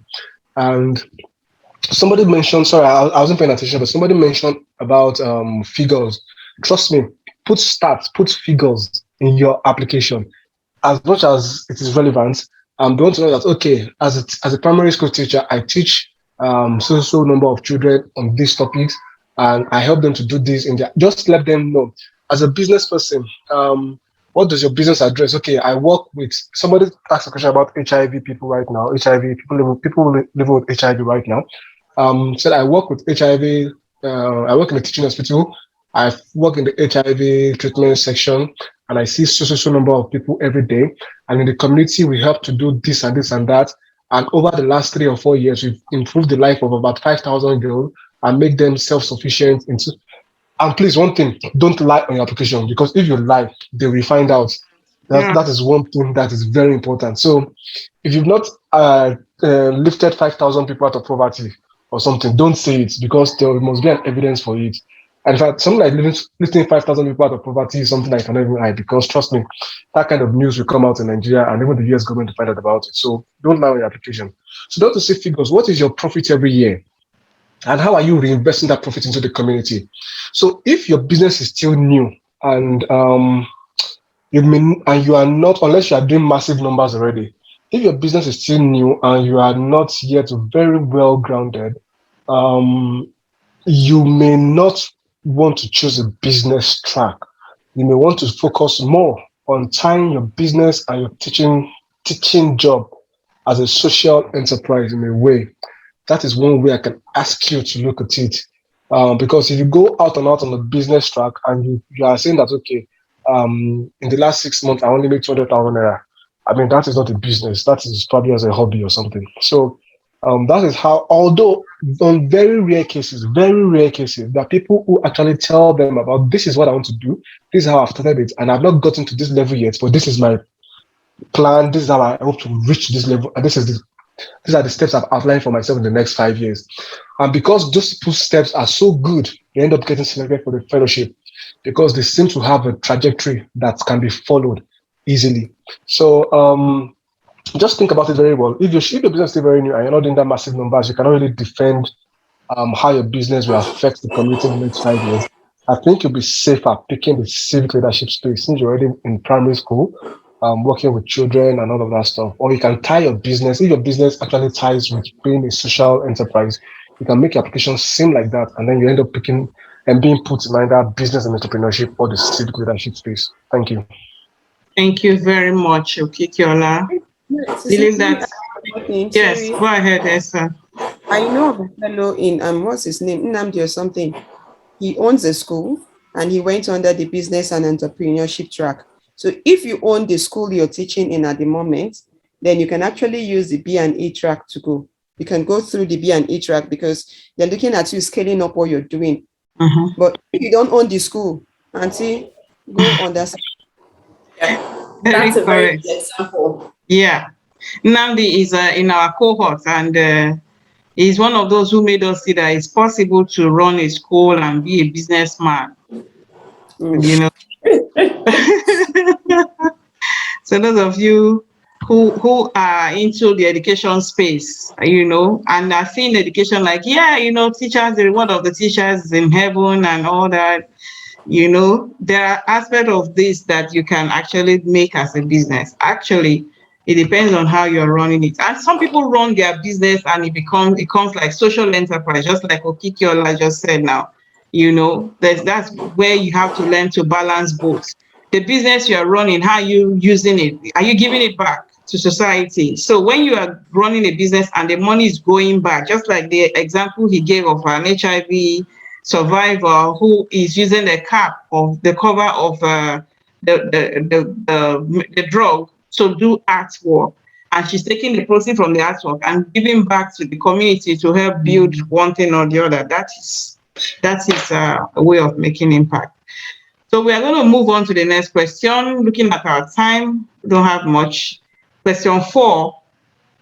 The Mandela Washington Fellowship values diversity, equity, and inclusion and strives to reach diverse audiences through all programming.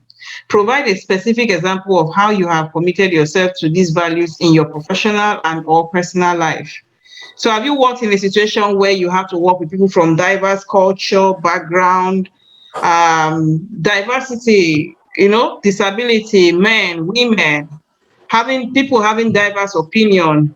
Or do you run a group where you allow everybody have their say? Do you have people allow diverse opinion to come in? And how do you handle situation? I think in our own time, they'll ask you, how did you handle a situation where something came up, and how did you deal with that? But I'm going to ask Chibuzo to answer this question quickly, because I think it's something that we can just run through. Yeah, so I think you already said it. You want to explain, or they want to see here that you're a liberal, you're a leader that will become inclusive, right? They want to see here that you're not a leader that will say, oh, it's my tribe, oh, it's my people. And then when something like this comes up, they want to also, you see, when you hear something like diversity, they want to see that you protect vulnerable people like disabled people, minority, women. You see, those people who are perceived as, you know, being looked down upon in the society. So your application, when you write here, you should try to project how you give a voice to this kind of people, right? To how you protect them. Now, I don't want to talk so much on this question because we'll get to question 6, which is very similar but different. So here, for example, I run a non-profit, right? And we provide water. I can say that we sing boreholes that are inclusive, that people who are disabled can access, you know, who are living with disabilities can access. We construct it in a way that we take into cognizance that they will be using the facilities, and we'll make sure that they can easily use the facilities if there is nobody to help them. For example, we have one part dedicated to them, that kind of thing. You know, if you run an organization, you can say you employ all kinds of people, right, to ensure that you do not leave any brackets out. You employ people living with disabilities. You employ women because you understand that women need to take care of their children and they feel the brunt more when there's poverty because they cannot say no to their children, right? So they want to see how compassionate you are as a leader. That question. Yeah. Thank you very much, Chibuzo. That's very on point. Okiki, do you have something to add? Someone said the essay on diversity, equity, and inclusion, does it have to be a current example? I don't think it has to be a current example. Just tell us, is your life, right? It has to be what you experience, what the experience you have in this aspect. And Chibuzo mentioned, if you run a team, if you have a business or you run an NGO, what if you don't? What if you're an employee? So the part of being an employee is how are you able to accommodate people who do not have the same thinking, the same background like you? Are you okay? Are you also compassionate to people who are also kind of disabled? Do you have that kind of accommodation for people who are not like you? So in this our aspect, I mean, we're not in the US where I would say talk about race and gender and all that, but we are in Nigeria where we talk about tribe. We talk about, oh, this person is my person, this one is not my person, all that. As a leader, you must be inclusive. As a leader, you must carry everyone along together, equal. That's what they call equity, inclusion, right? So I don't know if you want to go too far on that, because I believe this is a straightforward question, and I trust that that will be nailed. Let's see if anyone has something else to add to that. All right, brilliance. Our next question will be question number 6. Nelson Mandela was awarded the Nobel Peace Prize for working with leaders of the South African government to agree on a peaceful transition to multi-party rule and an end to apartheid, demonstrating that leaders can achieve progress despite differing views or identities. Please explain a situation where you have worked with people from different backgrounds, identities, or perspectives, and had to use your leadership skills to resolve a conflict or disagreement. What actions did you take, and how did you encourage respectful discussions? And you have 150 words to that question. So that's the question I was talking about. It's a good thing that they still have it here. So, Austin, let's start with you. So, that's fine. So, we can't hear you very well. Can you maybe take the mic, take it close to you? Thank you. Is it better now? No, not so loud. Oh, maybe let's not be attending it. Let's change.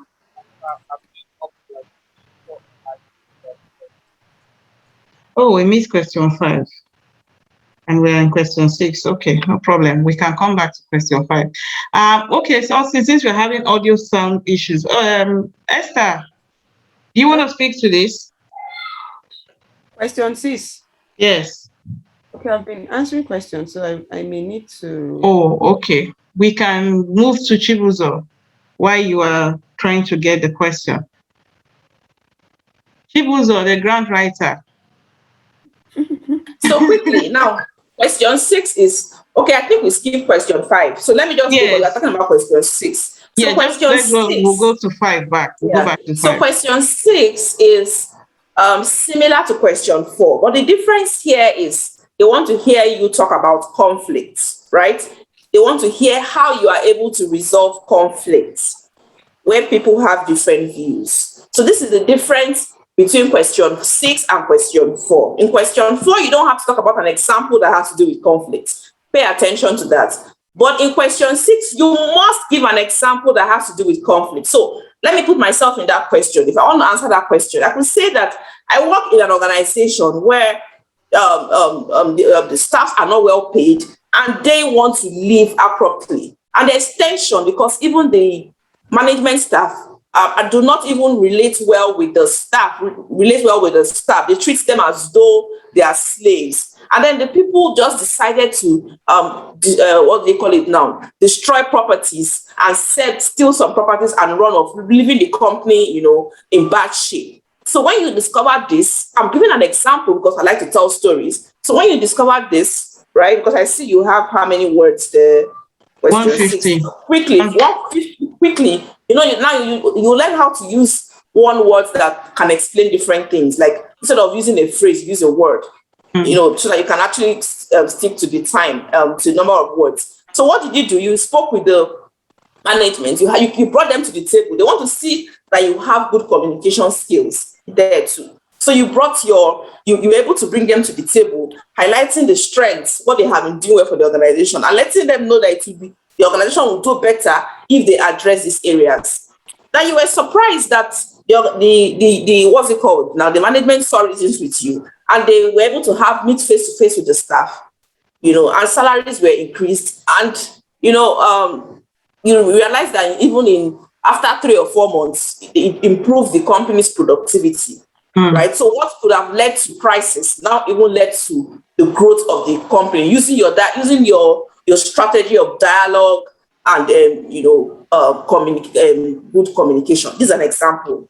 So what it just means is, I'm sure there are many examples of personalities clashing. There are many, and then that you can use. Then somebody might ask you, okay, what if you don't have? Create one. Then again, don't put me outside. This is a Zoom. I can't say this thing on Facebook. For those of you that joined my Facebook, I shared some, but I can't say this thing I'm telling you now, like this I said about applying for giving you statistics of which has more applicants. I can't say that kind of thing also, but I'm saying it here because it's a small class. So I'm also saying the same thing here. Create stories, or what you can do is put yourself in that situation. How would you want a question to be answered, like to impress you? Create something like that and put it forward.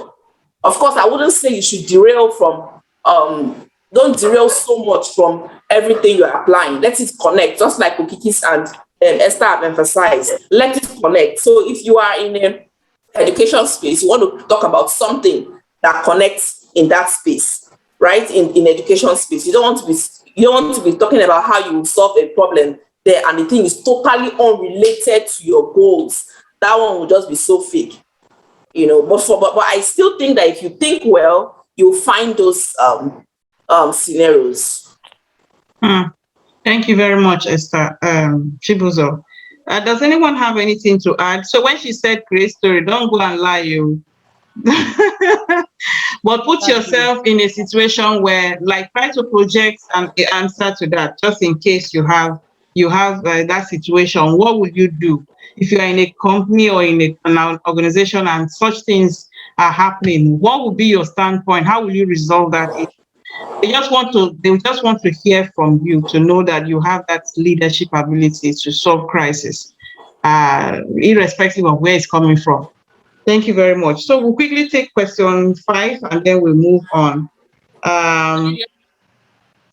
So the question 5 is saying, Nelson Mandela said, "Do not judge me by my successes.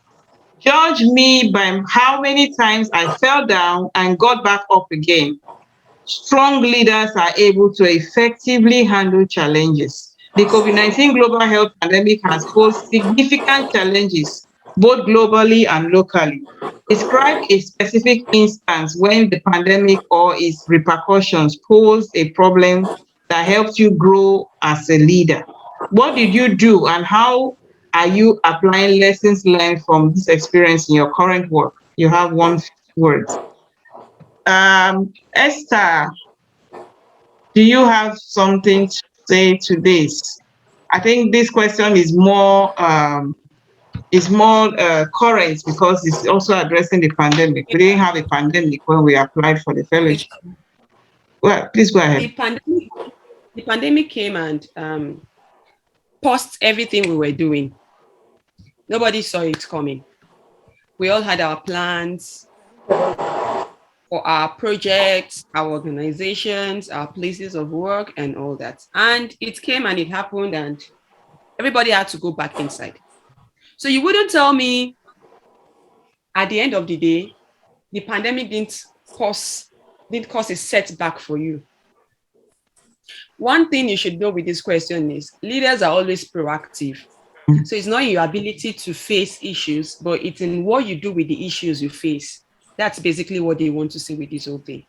For MWF, they had to put the fellowship on hold for last year. They brought it forward to this year. And even in this year, they still couldn't fly down to US. What did they do? They had to employ the use of the virtual space. So in your organization, in whatever it is you do at the moment, look back, cast your mind back and ask yourself, how did the pandemic affect me? As they affected, what did you do? Did you just fold your hands throughout the 5 or 6 months everybody was at home and all that, and you just stayed and you waited? So if your work involves you going to the field to meet people, what did you do? How did you cope?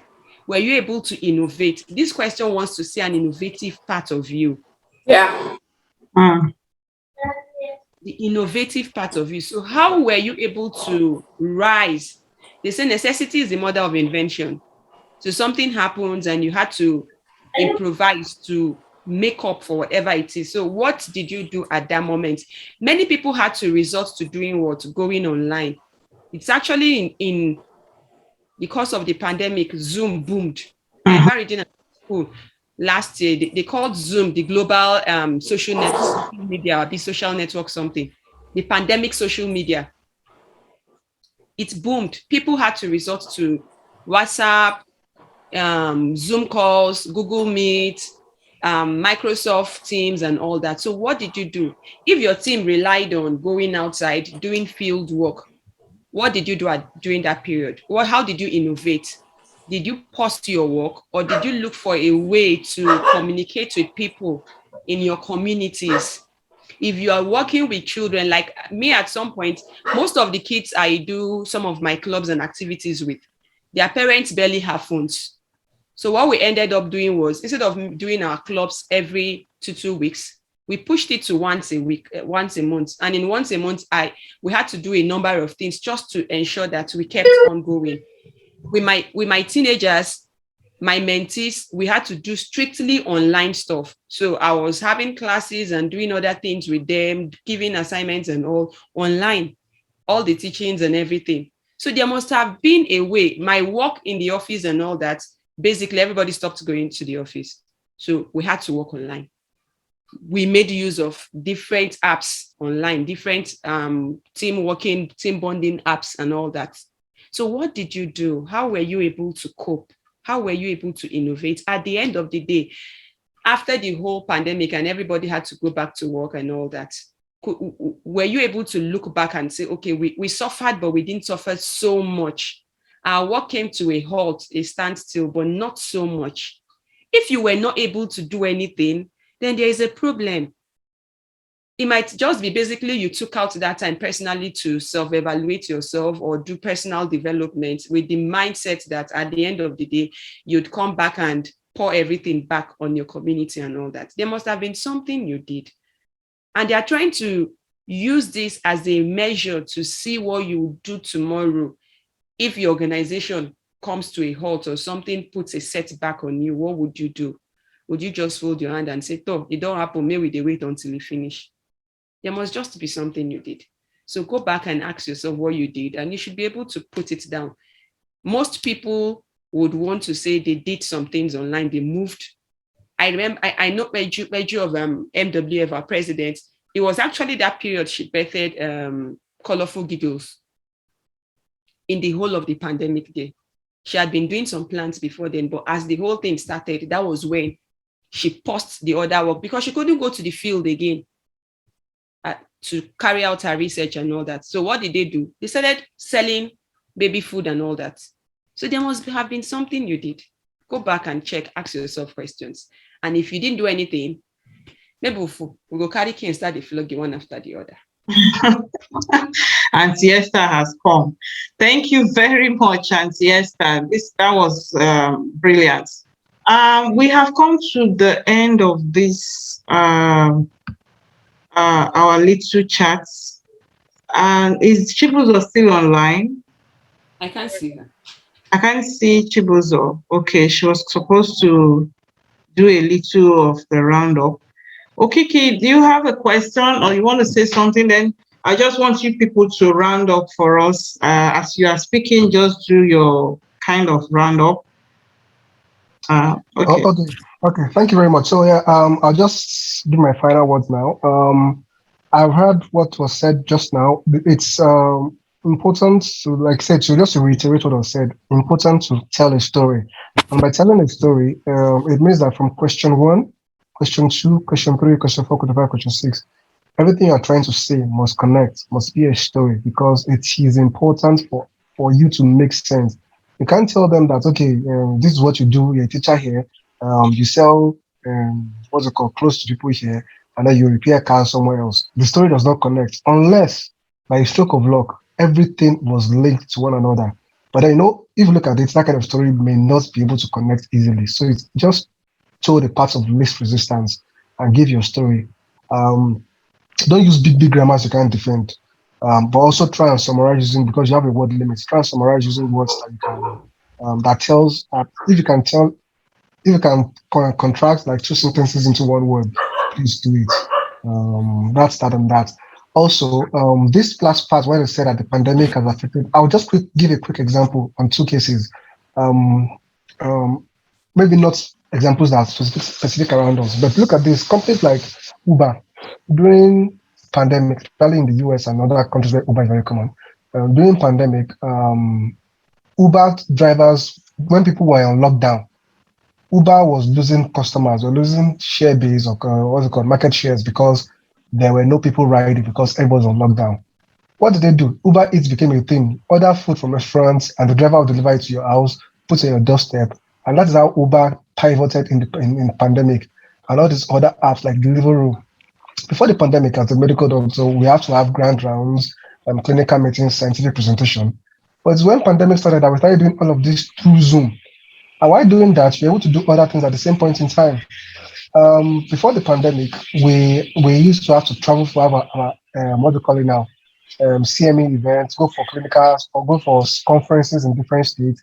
I mean, knowing how Nigeria is, you have to travel distances and all of that stuff. But during pandemic, we started having all these conferences via Teams, via Zoom, and you get your CME certificate and all of that. So if your organization has been able to pivot using that as an example, that can be done, or you should make that very clear also. And like I said, tell a story, be concise, be precise, and give facts. Give facts. Don't tell lies. Give facts. And if you have figures to back up your facts, give figures. Be generous with giving figures. Okay. And I wish everybody the best. And also, when you get to your interview, because I want to believe that many people get to the interview on this platform, when you get to your interview stage, give facts, tell stories. They like hearing stories. The guys who are interviewing, and your story must align with your application, actually. So let your application be a part of you. And then when you get to your interview stage, tell them those stories. Be passionate about it. Tell them facts. Give them figures. Trust me, like I said, it's competitive. In 2018, 11,000 people applied and they picked just 70 people. So it is very competitive. So you have to be sure. Tell us why you are different. That is what they want to know. Why should we pick you? Why are you different? What is you? What is your goal in life? Why are you special? That is what they want to know. So I wish everybody the best of luck. And I pray that you all come out successful. Amen. Thank you so much, Okikiola. I want to turn it to, is Austin on the line? Austin, can you hear me? Yes, I just tried coming Just back. got back. Okay. Oh, yeah. The network today has been somehow. So thank you, Okiki. Austin, give us your parting words and what you readily advise applicants this time around, and what they should do.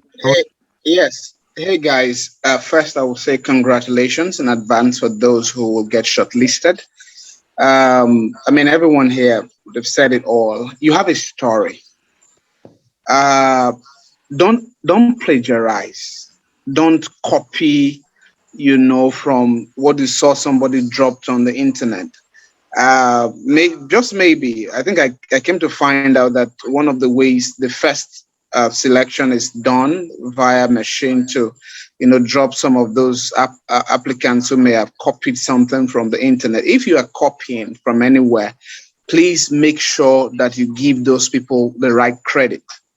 So this is very important because many times we don't look inwards. Now, if you look at question 1 to question 5 or 6, just that's why I don't advise you rush over this application. Just flip over it. Think, as in, one thing you will do is after you have completed your application, you really know that virtue has left you. That's the truth. Because yes, because you want to go inwards to look at, okay, what's that unique story that I have? You want to look at from your childhood to how you became an adult, or so, just something that leads to 1 to 2 to 3 to 4 to 5 to 6. So please don't plagiarize. If you're copying or lifting anything from anywhere, make sure that you give them the due credit. That's something I want to say. Above all, I mean, I'm a Christian. I'm not ashamed to share that. If you read my 10 points, the final one is I haven't done everything, including prayers. Prayer works, bro. I can't emphasize this enough. I don't know the God you believe in, but if you're a Christian, please pray. And even if you're not a Christian, whatever you pray to, pray, because somehow there just be some level of favor locating your application. Maybe the guy who's reviewing your application may not be in the right mood. It's possible. I mean, it's just like those who write external exams and you write the papers that you are expecting so good stuff from. You find that it's an F9 or something. So please add prayers to that. And if you have any alumni around you, please get into their schedule, beg them, as in just make sure they can see your application before you submit it. That also helps. That final touching, that rejigging, that strengthening of words, that's just dotting the I's and crossing the T's and just looking out for something that gives you an edge. That will help. That will be my final parting shots. Congratulations in advance and wishing you good luck. Even if it doesn't happen, still keep pushing. Yes. Thank you so much, Austin. That's a very, very powerful one. And I'm going to drop my email address here. I don't know how many people came through the WhatsApp group, but I'm going to drop the email address of these resource persons here. You can share your work with them. I didn't take their permission, but I'm openly taking their permission now. Guys, you're just going to help our people here, our applicants. I know you have your work scheduled very, very tight, but that last thing you said is very, very important. I know how many people I read through the application. Some of them made it, and it looked as if I did something big. I didn't do anything. I was just another eye. Sometimes it's good for another eye to look at what you have written before you turn it in. So I'm going to have them, please, if you can, help us drop your email address, our resource person, while we move on to Auntie Esther for her last words. Please. Thank you. Thank you. Okay, so I would want to encourage each and every one of you to hope for the best, expect the worst. I'm not trying to punch your expectations. I'm only trying to say this shouldn't just be the only determinant or the only validation to your work. This is not the only validation to your work. So if it happens for you, great, you push on. If it doesn't happen, I believe so much sometimes in something called time and chance. Sometimes you may not be selected, not because you're not qualified, but just because it might not be the best time for you to go. So it shouldn't puncture your expectations. It shouldn't puncture your zeal. It shouldn't puncture your motivation to want to do what you're doing. I remember during my interview, I told them plainly there, without arrogance, but with confidence, I said, if I'm not selected, my work will not stop. It will continue. But if I'm selected, it will only help me scale it up.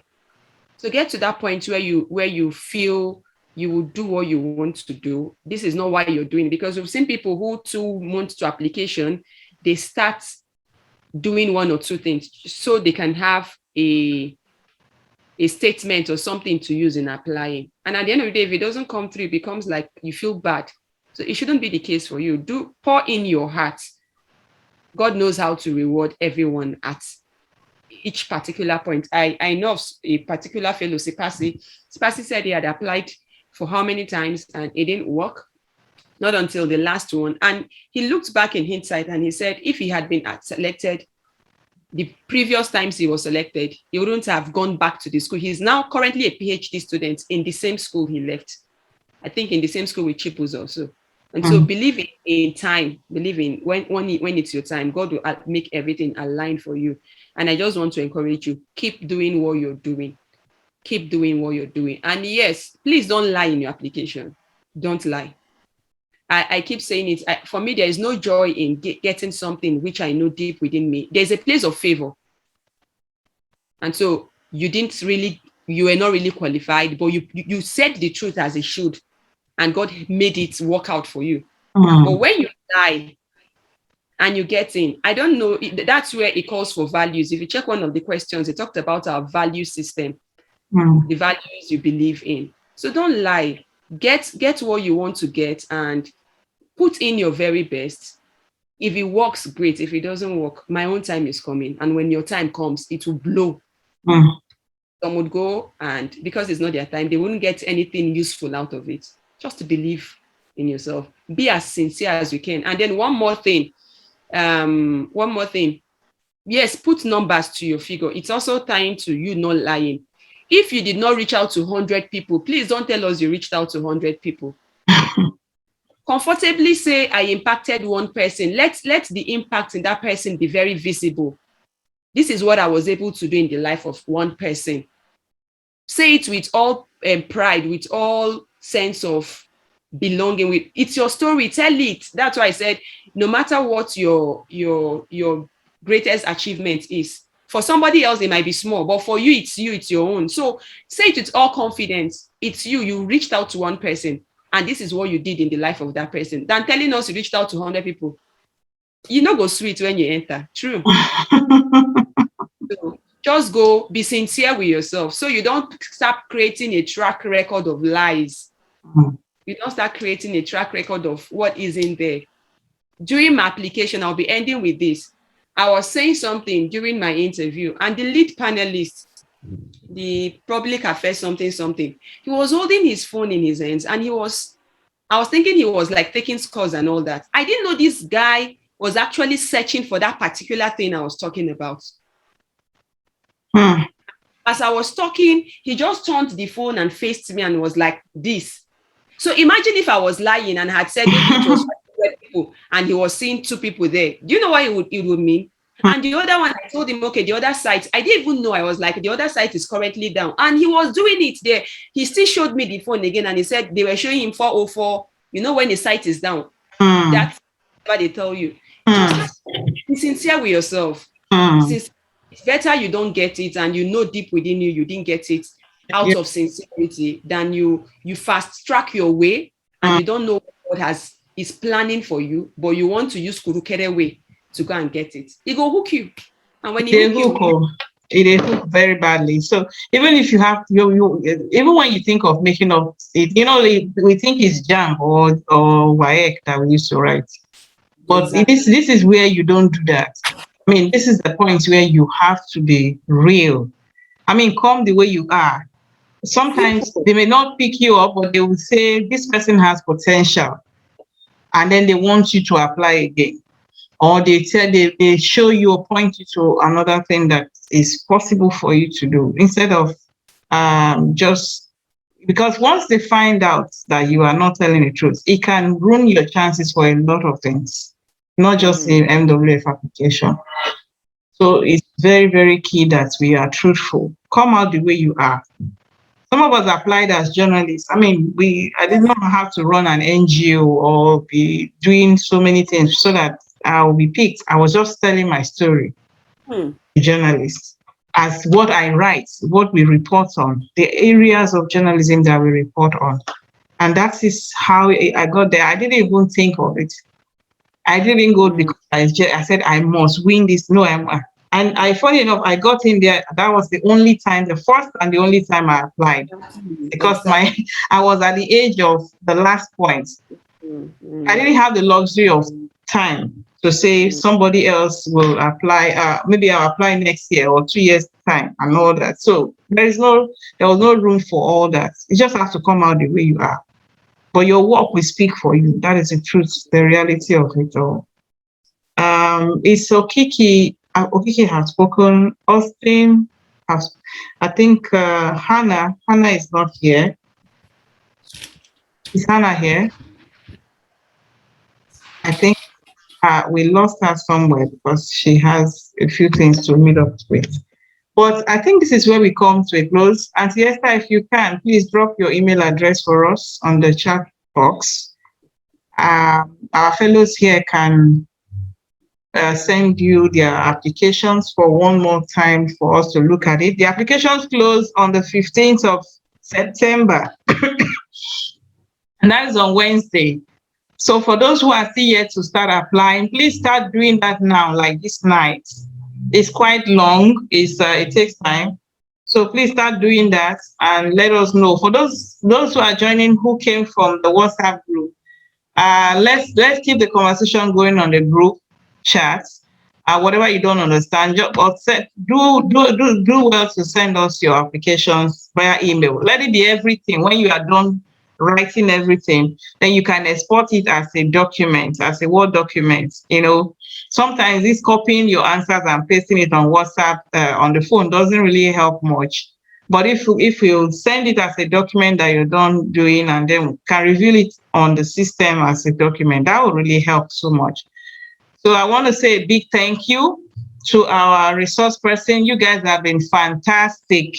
I mean, in the last minute, and I called and you answered. God bless you all so big. I don't know, we may not be able to take more questions. I'm seeing some chats in the chat box. I do not know if our resource persons can answer that. Let me just read it out quickly. I am into a business, contract farming, that improves income status and living standard of smallholder farmers in the Boko Haram affected communities. I also have an NGO that provides legal representation to economically disadvantaged victims of human rights abuse in Nigeria. Can I tell a story of these two in my application? If I will be able to link the two. I think, yes, you can. You have a great story. Or what do you guys think while we're running up? I think the if there is where the issue is. She has already said there's a probability if you can link it. The issue is your ability to tie this together intelligently and in such a way that it makes sense. That's for me. So if you can link it together and you can show passion, you can show impact, you can show numbers, I think that may help. My thoughts. Okay, thank you. Esther? Yes? Can we tie these stories together? I think there are two great stories here. I mean, is it the one of business? No, the one that is a smallholder farmer. Is a business, okay, contract farming. He's into contract farming that improves the status, the income status and living standard of smallholder farmers in the Boko Haram affected communities. So that one is more like a business. But the other one is that he provides legal services to human rights abuse victims. So how? Yes. Yeah. So how can he tie this to? Yes. It's improving. First, the first part of the work is improving the livelihood of Boko Haram victims, right? And then the second one is providing legal representation for disadvantaged victims. Yes, now. Okay. You can. See, I don't think there's anything that cannot be linked. At the end of the day, it's how you're able to link it up. So if you're in Jamaica and you're doing a work that is in Jericho, they might seem worlds apart, but if you have a way of linking A to B, and you can, that's where you now have to sell your idea. If you can sell it and link it up, everything is possible. That's why we have SDGs to also help us in linking some of these things together. So you might be doing one work in SDG 1 and the other one is in SDG 10. Like if you check this one now, Boko Haram, small interest, it has to do with the SDG of no poverty. And the other one has to do with human rights. You link them up, you say, I'm doing SDG 1 and SDG 2 to work together to be able to, and you're good to go. Absolutely, I agree with you, Esther. And that's another thing we didn't even point out. The part of this sustainable development goal is really, really important. If you're able to identify that, like Umar that is into, as a farmer, you are doing more than, I think you're doing two SDGs. You are elevating poverty and you are also helping to provide food security at the same time. So you're already solving world crisis. You are solving problems for the world and then for your community by just doing that.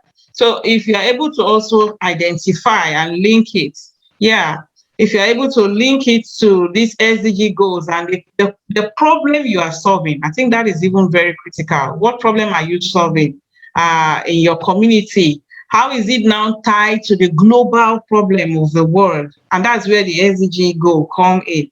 once these two are linked together, you have a very strong case and a very good chance of making it to the finals. So that's what I was just going to add to what Esther said. So I think we have answered that question. I see you all dropping your numbers on WhatsApp. What I'm having challenge with now is how to be able to coordinate all these together. But I think you said, why not? Should I suggest that you copy the link, your WhatsApp group link, and paste it there on the, so the thing on the is, chat. So they yeah. just click on it and it takes them direct to. The only challenge is that I don't have it on my laptop. I have it on my phone. Let me see if I can work on that Oh, now. great. Austin, that you're a lifesaver. Thank you. So do that. Please help us do that so they can just add themselves. I'd also wanted to just also add, Margaret, that they should be wary of numbers. As typical, I mean, I don't want to say typical Nigerians, but many times, you know, the temptation may be there to exaggerate, you know, just say, okay, instead of saying 50, you think if you say 250 or 2,000, you know, that they will say, oh man, guy, I've been doing a whole lot of stuff. So I will say that you should be wary not to exaggerate. Esther has emphasized that point. I just shared the WhatsApp link. So guys, Margaret has done a great job. Mona not killing for us. Mona. Thank you. Thank you. So you have the WhatsApp link on the chat room. Just use the link to join the WhatsApp group. And then it'll be easy to put the video, the link to this recording that we have today. At the same time, we can now also drop email address. In case you missed the email address of our resource person, I'm going to drop it on the WhatsApp chat also. Hannah, are you here now? It's good to have you. I know that you've been on and off. Do you want to say something before we go? Is she still here? I know I just admitted her. Okay, looks like that's not working also. All right, thank you so much, guys. You have heard it all. I do not really have much to add. Everybody has said everything. Hannah, are you ready to speak now? Hello, Hannah. Okay. Okay, probably not there. So thank you very much for your time. It must have taken a whole lot of your time for being here with us. Thank you for making this attempt. I just want to say one thing, that you are all leaders, whether you make it to the finals or not. I salute your courage. I salute your ability to rise up and recognize the potential in you, and to make it known to the world that you have something to offer. That is a big step. And I'll plead with you not to give up on anything. Don't give up on yourself. Mandela Washington Fellowship is not a yardstick to determine what you become tomorrow or how far you go. You are the only one that can limit yourself. If Mandela Fellowship doesn't work, there are several other fellowships that are out there that you can apply to, that are offering this same Mandela Fellowship. Also have different versions of it in different countries. You have it in Canada, you have it in Germany, and you also have the Obama Fellows also, that is very similar to this one. So it's not a do or die affair. So don't make it look like if you don't get it, oh, you'll be demoralized and all. No, but there's something this application will do to you. That's how when Austin say when you finish it, you know something has left you. Is that it will prune you, it will bring out the best in you, the potential in you, the thing about you you never knew about yourself. Because it helps you to dive into yourself and discover yourself very well, such that, I mean, it was when I was writing the application, I got to know that, oh, so I can do this. Oh, so I have this. Oh, so I can offer this. And if for those people who are seeking for a job, it can also help you in your job interview, because you will get that confidence to know that I have this. There are a lot of things we hide when we try, because in Nigeria, we are also a conservative kind of society, our culture is a collective culture. So we like to go with what everyone sees. But there are some things in you don't want to talk about. In the American society, they want you to say it all, to sell yourself. Tell us every bit of yourself and what you do. So if you wake up in the morning and everything you do is to carry pure water and go to the place where people are constructing and give them water and then come back home, they count it as service, as great service. And it will mean a lot. And that's why in the society, in the American society, volunteering is very important. No matter how skillful you are, if you do not have any volunteering experience, they'll throw you out. They'll say you don't have you need to go and get volunteering experience and then come back and then we'll give you the job or something like that. So it's not the first time. I've heard it a lot, and it's a reality. Because the treasure that there is a part of you that is able to give out and to reach out to people and be able to lead in the midst of all. So you can understand the other vulnerable part of the society. So tomorrow when you become the president or you become a governor, you will not see only from your side and from your perspective, but you can be able to view the society on a broader spectrum than only your own self, your house and everything. So I believe that we have done justice to this, our time here. We have dropped again the chat, the link to the chat is there. Join the WhatsApp group. We will drop the link there. I'll also drop email addresses that you can send your applications to. Thank you so very much. I know there are so many questions we didn't take, but we will continue this. Between now and Wednesday, all I wish you is the best, the very best. I want to hear your testimonies. I want to hear somebody come from this forum to say, yes, we did it. And that's going to be our story. Thank you all very much. I appreciate your time. And this is Margaret Okojaku on behalf of all my resource persons here. Thank you, Austin Okorodudu. Thank you, Esther Mark. Thank you, Hannah Basi. Thank you, Chibuzo, Azubike, and Okikiola Oladele. And from me to all of you, I'm signing out now. Thank you so very much. Thank you, thank you, thank you. God bless you.